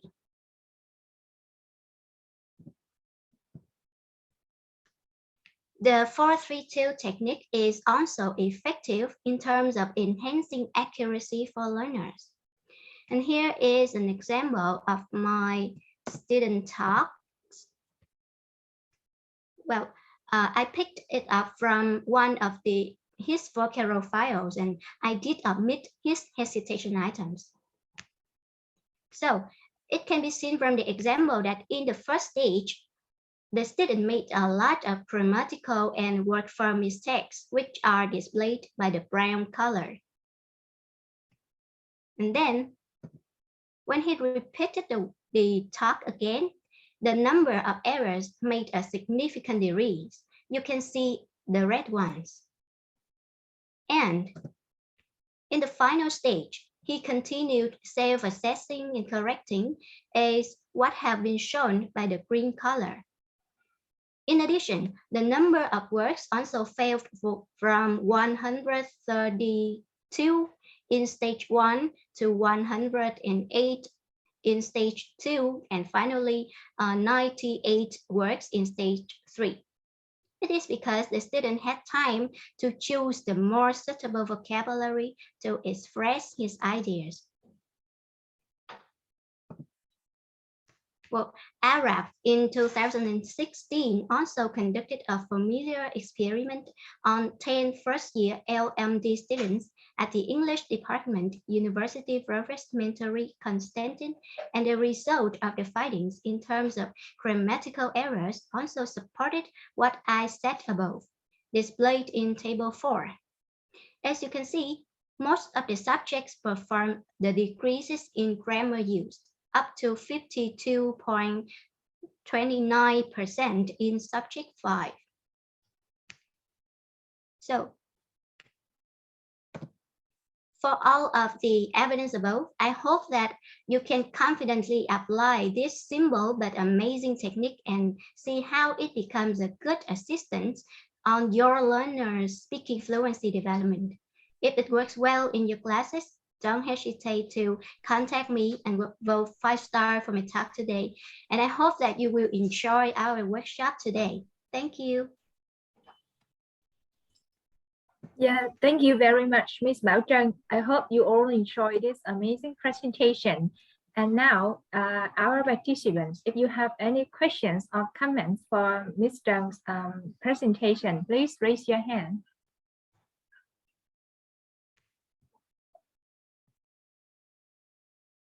Yeah, so I see Mr. Minh Nhật raise his hand. Yeah, so Mr. Minh Nhật raised his question first and later Ms. Như Huỳnh. Okay.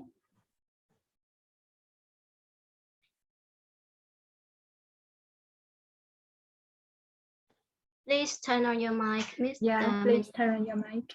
All right, sorry. Now, can you hear me clearly? All right, first of all, thank you very much for the presentation. I really love it because of its usefulness and information. So my question is, there are two questions. I have two questions. So my question are, the first is, which class is suited the most to this technique? 432, right? Which class? I mean, in which class? How many students in the class? Okay. Which size of the class? Okay. The next question is that how do you deal with the bigger level gaps between students? For example, low-level students cannot spot the mistake of their peers, and some students can realize their own mistakes themselves and fix it in the next phase of speaking. However, some cannot fix it in the next phase of speaking. So how do we deal with that? Because if the class is so crowded, we cannot check every single student, especially online. So how would fit? Thank you. So thank you very much for your question, Mr. Minh Nhật, and I'm going to share a little bit about that. You know, as far as I know, there are several studies that have been conducted so far related to the 432 technique, and the target students in the sample class is totally different. They are maybe from young learners to high school students and even adults. So I think the number of students in the classroom doesn't affect too much on this 432 technique. And it depends on the way the teacher arrange the class and manage the classroom. For example, I think teacher can make use of the in the crowded classroom, teacher can make use of the listeners to like the referees to observe and to give feedback for the speaker so that they can control the classroom much better. And in the second question, you asked me that sorry, can you repeat a little bit? All right. So the second question is kind of long, so I will repeat it. So yeah. How do we, the teachers, deal with the level gap, the big level gaps between students? Because low-level students cannot spot the mistakes themselves, and also cannot spot the mistakes from other students, from their peers. And some students is in a high level, so they can spot the mistake and can realize the mistakes themselves and fix it in the next phase of speaking. But some cannot. So how do we deal with this? Because there is no time. There's so little time for us to do it ourselves. Okay. So how do we group the students? All right. Okay, thank you. So I think the purpose of this 432 technique yearns for is to help students improve their fluency and accuracy. So with high level students, if they can correct the mistakes on their own through practicing this 432 technique, I think it's good. And I think it's would be a good assistance for teachers to correct and to recognize the mistake of other students. I think it's nothing like barriers for them to use this technique. And with low-level students who cannot recognize their own mistake and who cannot correct themselves, I think the teacher's mission first is to make sure that teacher teach them enough vocabulary and grammar points to use, and We cannot say that because it's too much students, then we can check any other works of them, because teacher, when they give the task for the students, they must make sure that the student do it and can help them somehow to improve themselves. So when high level students, you mean correct their peers, and your teachers also need to recheck and to recognize which mistakes cannot be correct, haven't been corrected yet, and you can tell the low level students after that. I think that's, I hope that my answer will please you a bit. Thank you for your question.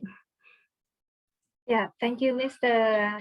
Nhật, for your question. And the next participant to raise the question is Ms. Như Huỳnh, and later Mr. Hoàng Luân. And after that, if you still have some more questions, please submit your question via the form provided. Yeah, thank you. Now, Ms. Như Huỳnh, next, please. Yes, thank you for your informative and helpful presentations. I would like to have one question, is that are there any drawbacks or problems when teachers apply these techniques in their classes?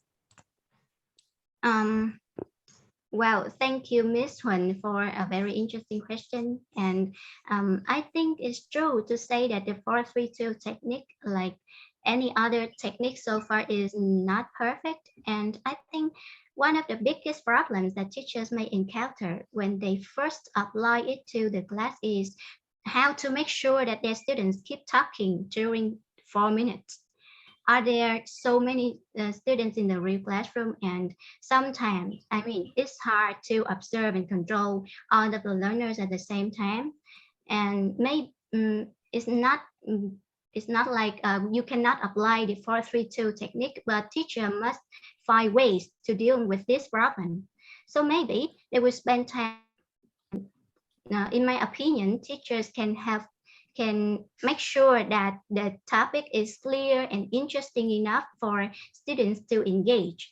Once they like their topic, they are willing to share. And next, make sure that the listeners, that they are the one who listen to the speakers and observe the expressions and work as a referees. So in case that speaker stops too early, they will give feedback and remind the speaker to keep on. One more thing, it depends on the real situation, but if it's suitable in your classroom, you can try to let the students get involved in a competitive atmosphere. I mean, students will set time for each speaking stage, and the one who stopped the earliest will get a small punishment from their partner. Of course, under the teacher's control, maybe just singing a song or buying a cup of milk tea or something like that. So I think these are some steps that teachers can try to solve this problem, and I hope it will be helpful to you. Thank you for coming today. Thank you. Yeah, thank you for your constructive question, Ms. Như Huỳnh. And yeah, maybe Mr. Luân, I saw you raised your hand. Okay, so thank you, Ms. Bảo Trân, for your presentation.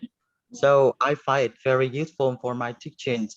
But actually, I have some questions for you. So you mentioned that in your presentation, so 432 technique can be used to boost students, like both accuracy and fluency.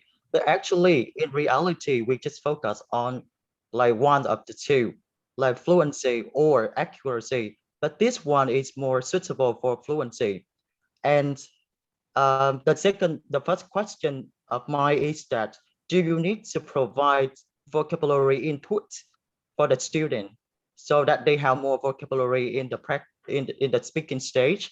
And the second question is that, how can you control or manage or assess students' learning outcome at the end of the lesson?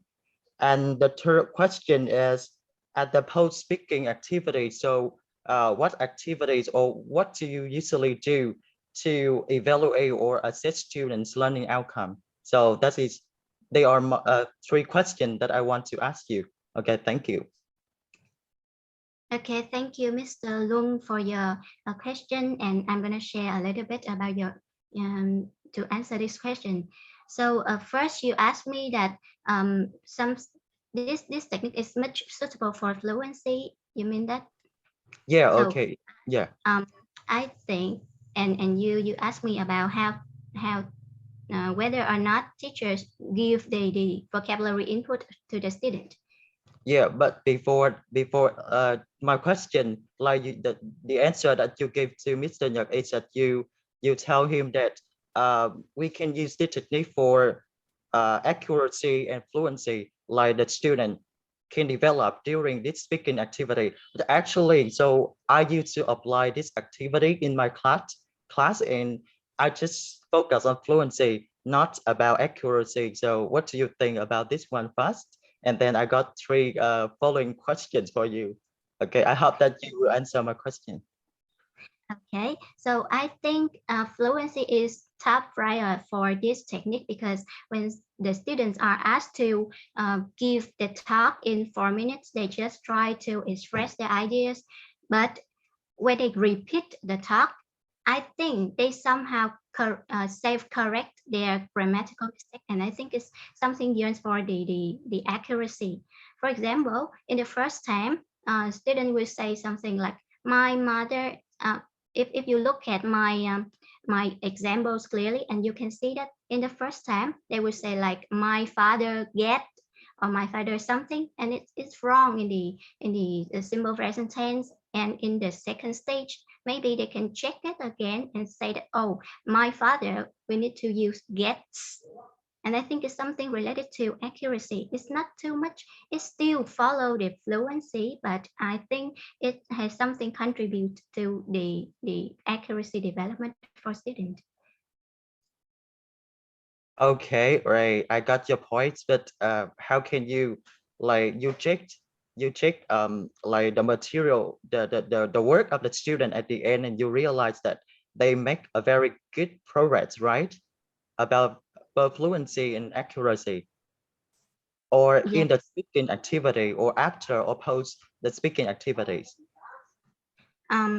Maybe during and after also, because when the student do the technique in the classroom, the teacher will walk around and see how they work with their friends, and then a teacher can recognize at that moment. And then with my homework, I would ask them to put it on the portfolio so that their peers can see that, and as teacher you can see it too. So it is their work, their products, and it's the time for you to recheck that whether they are improve something or not. Yeah. Okay. Yeah. So that's my question, and I think your answer also includes my question number 1, 2, and 3. So I think it's okay. And thank you for your answers. Yeah. Thank you. Hope you enjoy our workshop today.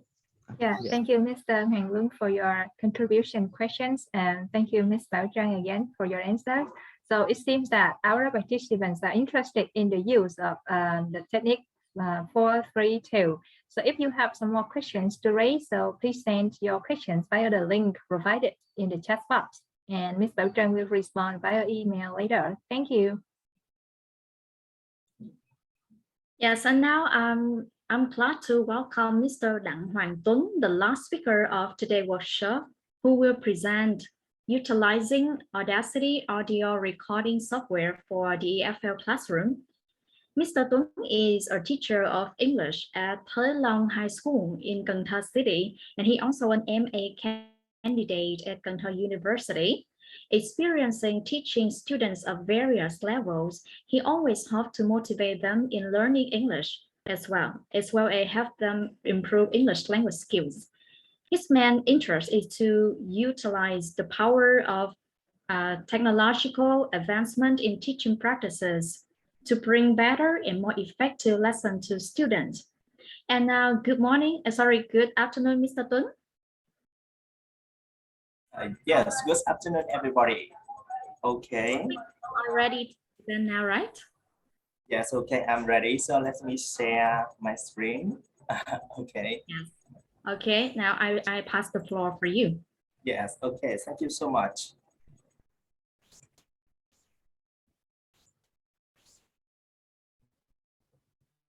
Oh, sorry, I didn't got that.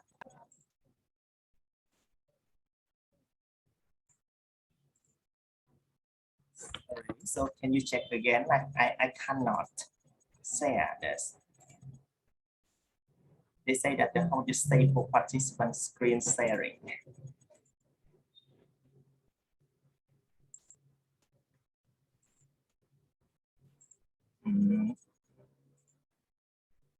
Okay, so hello everybody. So I do believe that when you are teaching, and for sure you can find out some authentic material on like Facebook or British household, especially listening file. And at that time, adaptations is a need for that because it can be too long or too short, or you need to double it.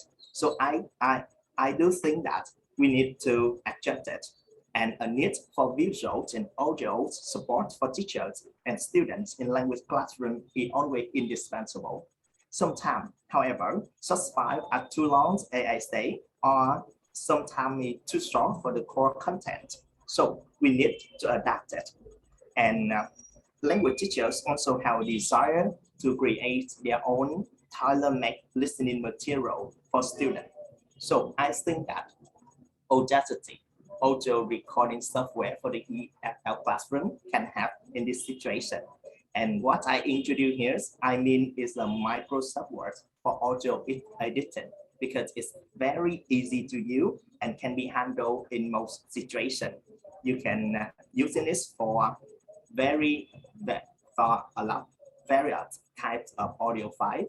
So my presentation on utilizing Audacity audio recording software for the EFL class here, including some main points. The first one is the introduction, and then I'll come with a quick guide to Audacity, and I will share some of my experience using this, and I will finish with my conclusion. So the first part, Audacity is a free and open source software for recording and editing sounds that's run on Windows, Mac, or Linux. It allows us to do many things, such as voice recording, digitizing, and recording audio playing on the computer. It also can be used to record the sounds that's suitable for our choice. What's more, and especially, we can edit it exactly the way we want. We can cut, yes, copy part, delete some part, and record in silence or song, or even split the recording into separate parts that we want. So in other words, we can say that we can create our own listening extract exactly the way we want and according to our needs with Audacity. So this is the logos of the Audacity software, and the link, I will send it for you later. So when you install it, and it can help you to do a lot of things with your audio file. All right. So I'll come with a quick guide to Audacity. And when you install the software and run it, this will be a screen that you will see. Very easy to use, just some function like here. Okay, so we mainly use, so the red button here is for voice recording. You can play or pause with this, or stop, come back, or straightforward with that. And some of the graphic representation that we can see when we insert the audio file. All right, that's the brief introduction about this, and also some function related to file, edit, view, track, generate, effect, and analyze. So, to create or to record your own voice, just do some very simple steps. The first one, you plug in your microphone into the input on your PC. Then you open the programs, click the red button that I mentioned, and start talking. When you finish talking, and to finish your audio recording, click stop and start editing your project. So then later you can save it as a project for later adjustment or export it as an MP3 players MP3 file for later use. So I'll come with some demonstration related to some basic functions. The first one, I will conduct, record, or import audio as a demonstration, and then effect for noise reduction. I think this is the good option that Audacity bring here.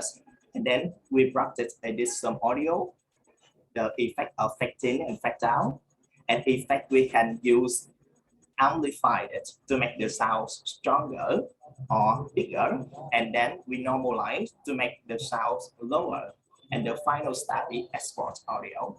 So let me share something with the demonstration.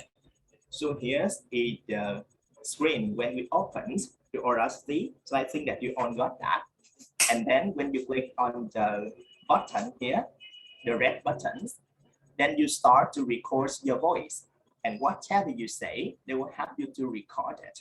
But then later, you realize that there's a lot of noise, like the sounds of the fan of the TV or the sounds of another person. So it will help you to reduce it by the function like noise reduction. So just for example, here is too much noise for this period.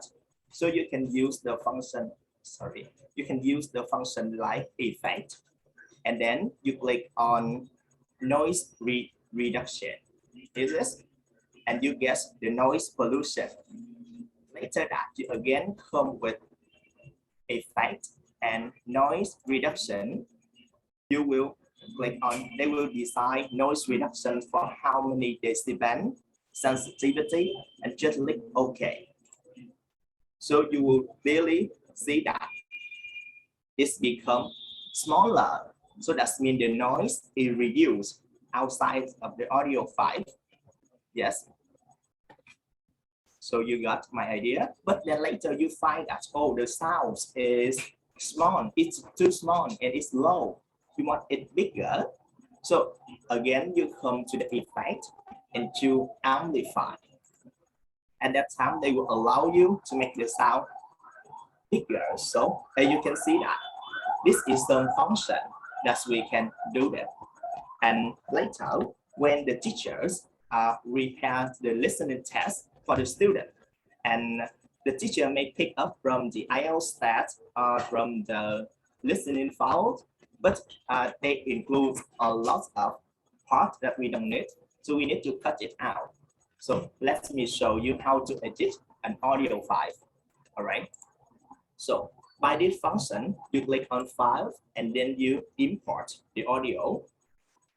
Here's this, and then you easily choose the audio file that you need. For example, I'll choose one file here. Oh, sorry, just wait a minute. Okay, and just choose the file that you need to edit. Okay.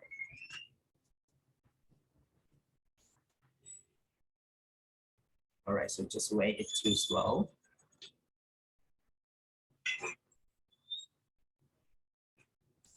Yes, here's this.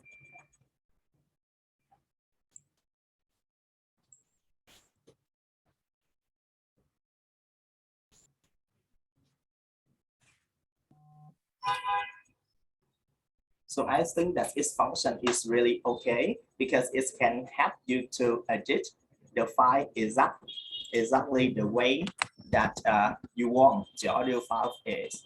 So let me get a file as an example. Is this? I'll choose this audio. So to import your audio file here, and then when you see that, oh, the first part is not, you don't need it. So just try it, and then easy, you can see cut, copy, paste, or even you can put the right click on and cut, copy, or paste it. Or for easy, you just click on delete in on your keyboard, and then you will see this is. So I'll make it. For example, we cut it. Yes, this is disappear. And then when you see that too much, the no sounds here, so you can edit it, or even you want to copy it. You just try it on and click on, just try it and then click and copy. Then you want to double it. That means in class, you want your student to listen twice. So just here and pass. So I think it's really, and you don't need to play the recording twice. You can do that exactly at the same time. And now with the function, like something you want your audios, like reduce the volumes at the end of the recording. So the effect can help you. You can choose the effect and then choose fade in or fade down. All right. When you choose the fade down, so you can see that the voice is smaller coming to the end. All right. And if you say that, oh, this period or this recording is sometimes too much loud for your student, you can lower that again with the effect, and then you choose normalize. Okay, here's this. So when you choose normalize, you will see that you can reduce how many decibels of your voice, of the audio sound. Then click OK, and you will see that the rapid become smaller. So that is some function that we can do. Some very basic function. For later you can discuss this. You can discover more and generate effect, a lot of effect for you for echo, for distortion, or for compressor. So very useful. But for the time limitation, so I just introduce you some eight main function. So final, you want to publish this. So there are many ways. The first one, you click on file and then save the project.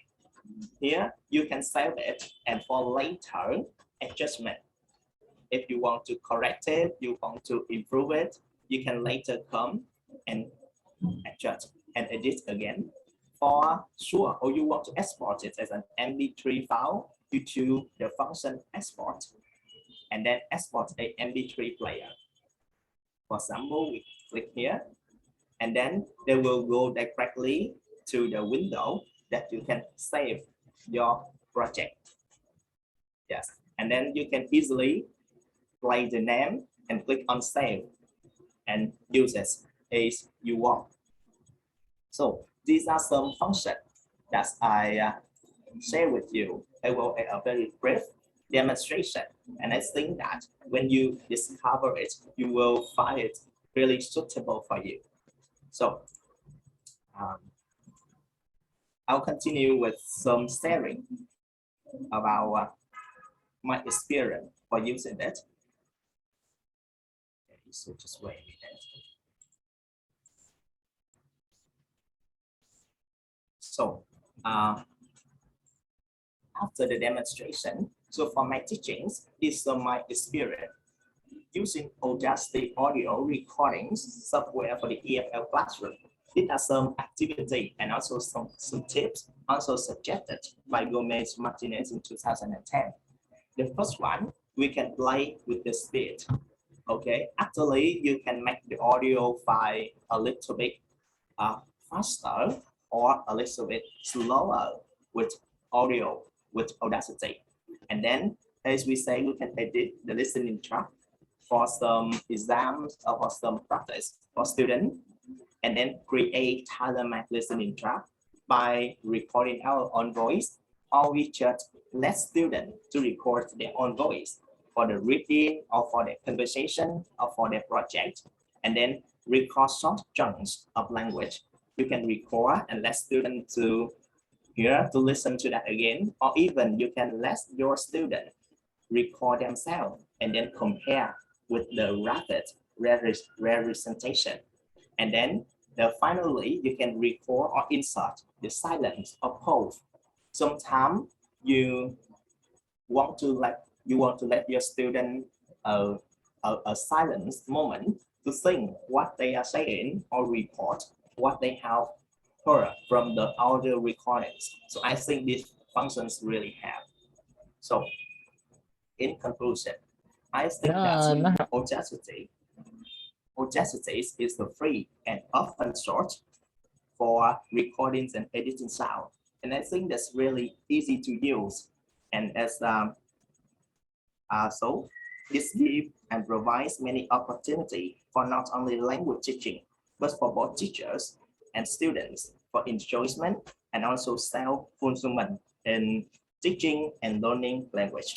Therefore, I hope that you can find these ideas useful and to improve your everyday teachings and face with new challenges with confidence. That's all about my sharing for utilizing Audacity audio recording software for the EFL classroom. I would be very happy to receive on the questions from you, also the sharing from you, and thank you for your attention. Thank you, Mr. Tuấn, for your very practical sharing. And it's questioning time for all the participants. I think Mr. Tuấn is willing to receive the questions from you, so please raise hand if you have some.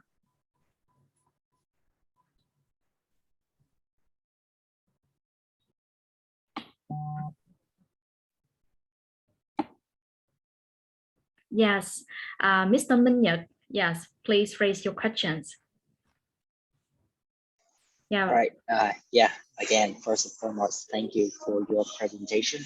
This is very informative and useful at the same time.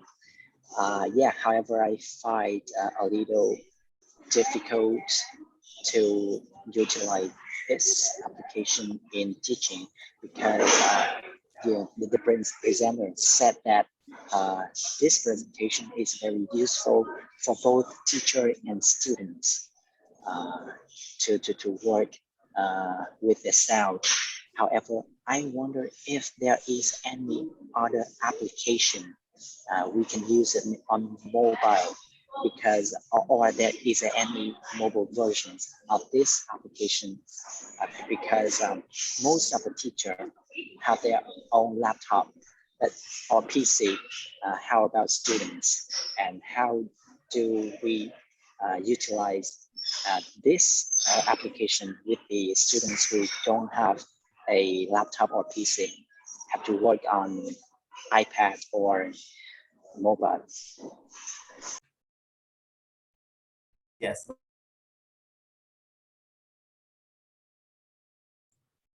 Yes, okay, thank you so much for your questions. So there, as I say, there are many apps or many software that the teacher can use. For laptop, you have many online versions. You can edit it directly, or even you can record your voice like Camtasia. Yes, but for students, and of course you say that's a mobile version, you can go on Google Store and click on Audacity. I think there are plenty of apps for students, for record, for cut and connect the audio together. For students, it's very easy to use, but the good points of the Audacity is that it allows us to edit very detailed, like to have it to reduce the noise. Yes, and within the apps rather than using another app to reduce the noise. And here is just for like it's very friendly version. You can see that just some button and some basic function, and student can do that. But for online, so I think that you can go to the Google Store and click on Audacity if you use a list like Wave Editor for Android or Audacity. It also have a mobile version or some Vietnamese name like biên tập âm nhạc or also Audacity free. So I think it's really helpful for students if we mention the student version. That's my sharing about some other apps besides Audacity.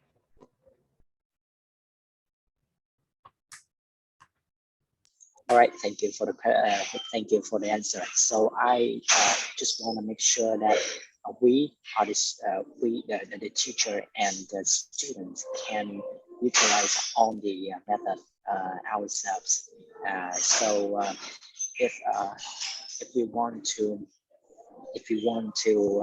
make the presentation even better, we should put some more recommendations, recommended apps at the end of the presentation. Just that. Thank you very much. Yes. Okay. Thank you so much. Yeah, thank you, Mr. Nhật, for your questions and your recommendation.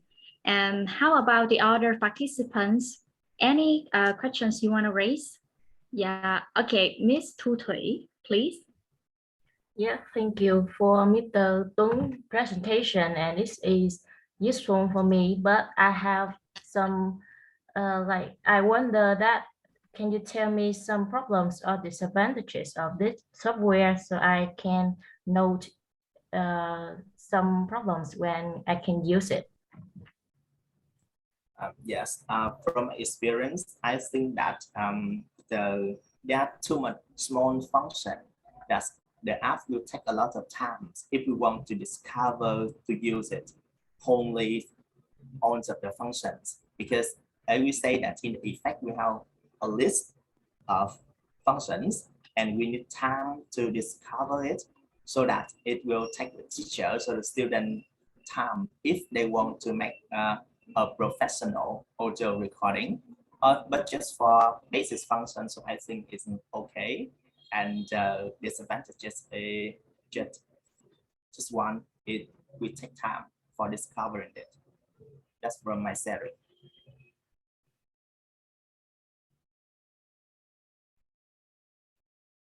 Thank you, Ms. Thu Thủy, for questioning, and Mr. Tuấn, you have a very clear responses. Ms. Thu Thủy, I think that you are satisfied with Mr. Tuấn sharing, right? Yes, yeah, I want to say thank you for the answer of Mr. Tuấn. Yeah. Yes, thank you, Miss, very much. And ladies and gentlemen, I think, okay, Miss Bích Thuyền. Yes, okay, I see your hand. Yeah, just go ahead, Miss, please. Okay, so first of all, I want to thank you very much for Mr. Hoàng Tuấn presentation. It's very informative to me. Like I can help my student to create some tracks for listening, and they can record their recording to have them to enhance their speaking skills. So that I wonder if we can use this app without internet connection or not. Yeah, that's it, my question.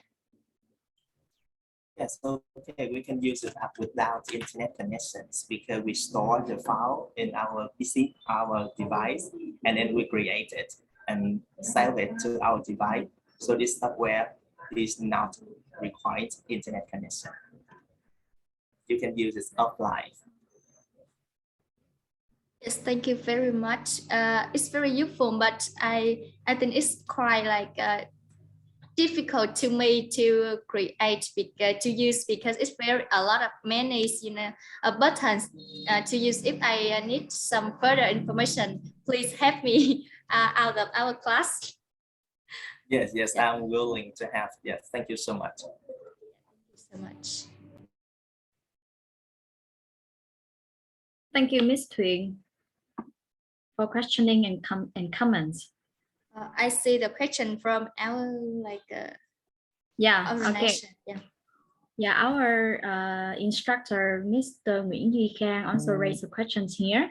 How do you use Audacity for teaching in your classroom, not for preparation? I think that Mr. Tuấn is also ready for answering it, right? Yes, so I think that I just want to use it directly in my class. That I let students to record their voice in vocab lesson. For example, they record their voice and then they compare the sounds from the rapid presentation with the sounds from the dictionary, and they can compare it, and later they can adjust it. And this activity attracts them a lot, and they really get involved in this activity. That's one time that I use it directly for my teachings. It's from my sharings. Thanks, Doctor.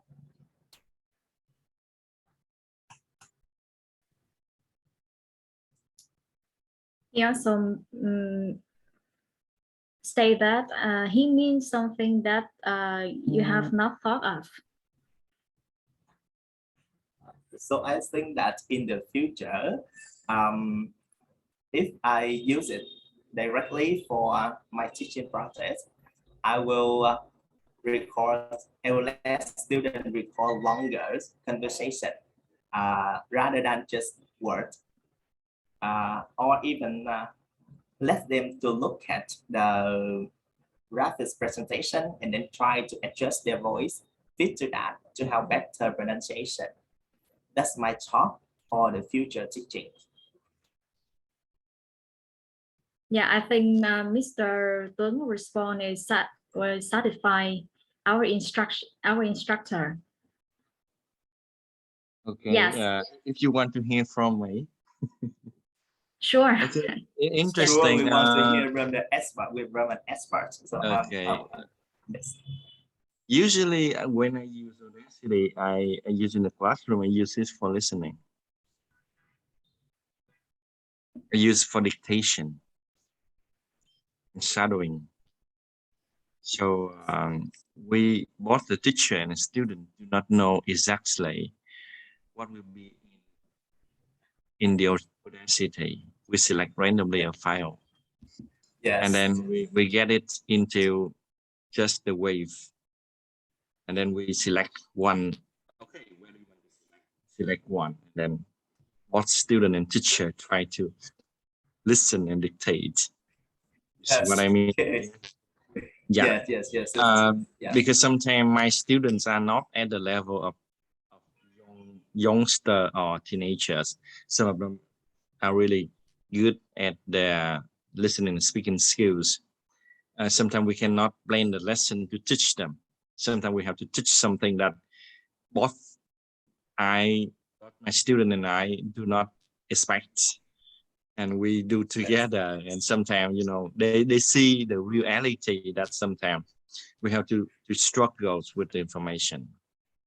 Okay. Yes. So I teach my student that way so that I convince them to practice every day, because even I am a teacher, I have to learn. I have to learn every day, because there will be a time that I will have the same situation, that I listen to something that I don't know. Okay. So that's how I use it in my teaching. Thank you. Yes, thank you so much for your sharing. Yes. Thank you, Mr. Kang, so much for your meaningful sharing. And Mr. Minh Nhật, would you like to say something more? Yeah, would you like to say something? I see your hand. No, that's a clap. It's not our hand raiser. Okay, a clap. I say yes. Thank you. You gave a clap for our instructor, right, Mr. Sure. Thank you.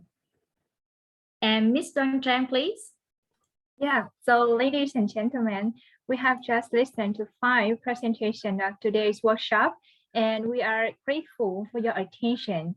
So could you please double check if you finished completing the feedback form so that we could make sure that we don't miss your contribution and send you the workshop certificate afterwards via email, because the link for the feedback form will be closed in 3 days after this workshop. And then we will proceed to check the feedback and send you the certificates to you. Yes.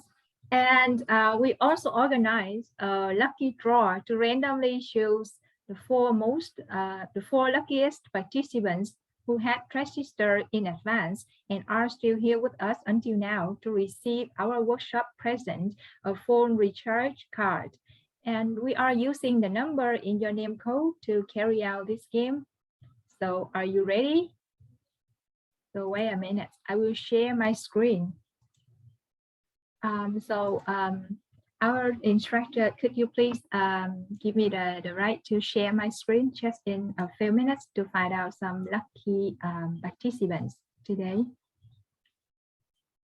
Yeah, thank you. Yeah, so everybody, can you see my screen now? Yes. Yeah. Yeah, so we are about to find out the 4 luckiest participants. So now let's look for the first one. All right, so I will start right now.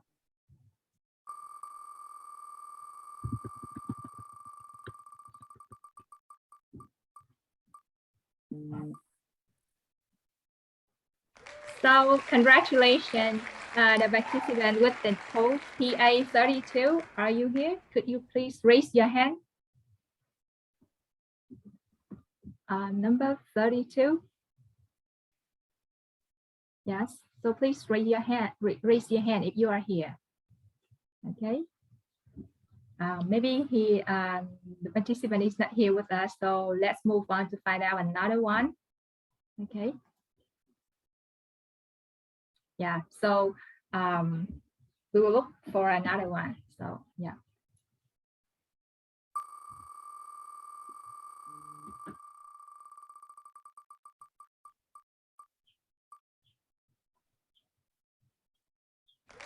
Yeah, so number 9. Raise your hand if you are here with us. Okay. The participant with number 9. PA09. Raise your hand, please. Miss B, could you please check for me? Yes, I have already checked.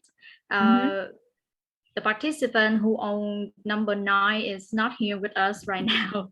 I believe that's been another one for finding another lucky number. Yeah, so we will continue to find out.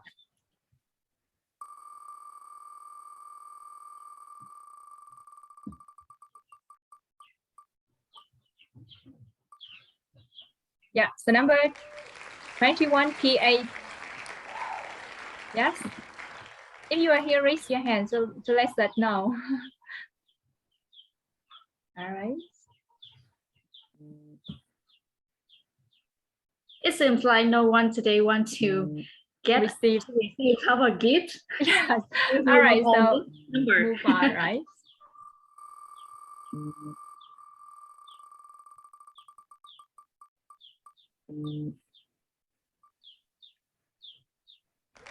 Yeah, what about number 27? It's me. It's me. My God. Oh, yeah. Congratulations. You are the very lucky person today. All right, so now let's move on to find out someone else. Okay, congratulations. All right, so the next participant is the one with the code PA36. Are you here with us now? That person is not here as well. Not here. All right, so we move on. All right, so maybe, yeah, it's a little bit hard to find out the lucky person. Please, right? 2, 26, 17, 19, please. Yeah, number 49, PA 49, 45, sorry, 45. 45, yes. We have Miss Thái Vân. Yeah, so could you please raise your hand? Yes, Miss. So Miss B, please, could you please note down, please? Yeah. Yes. Yeah, so now we move on. We still have 2 more slots. Okay.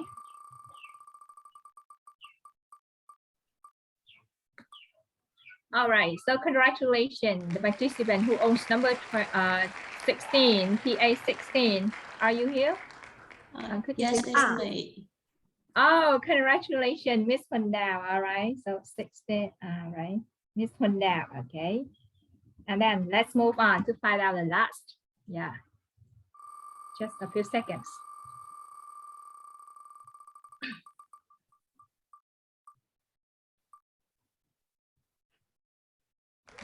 Yeah, so congratulations, congratulations to the participant who owns the number 46. No number not here. All right, so we move on. Not, okay. Yeah, it's not. Is it?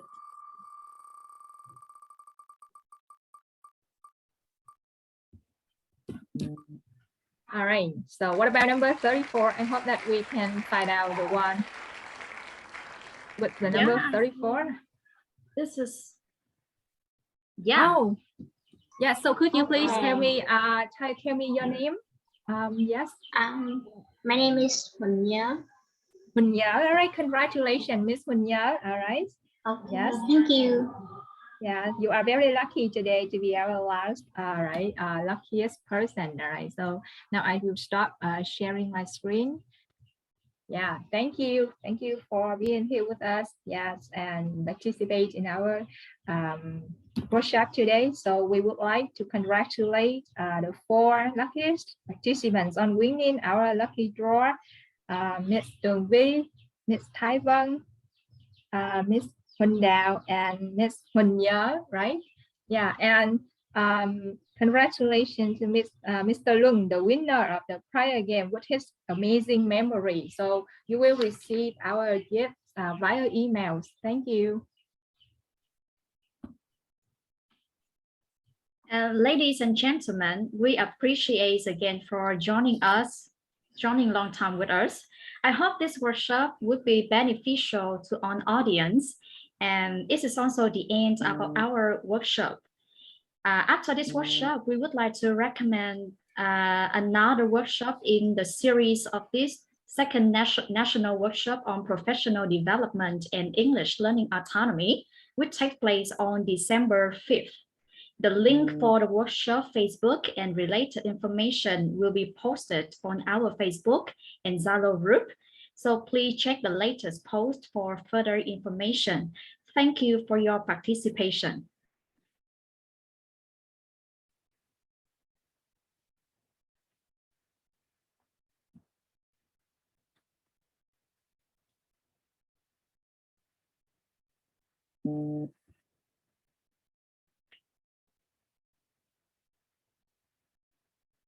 Yeah, it's the end of our workshop today. If you have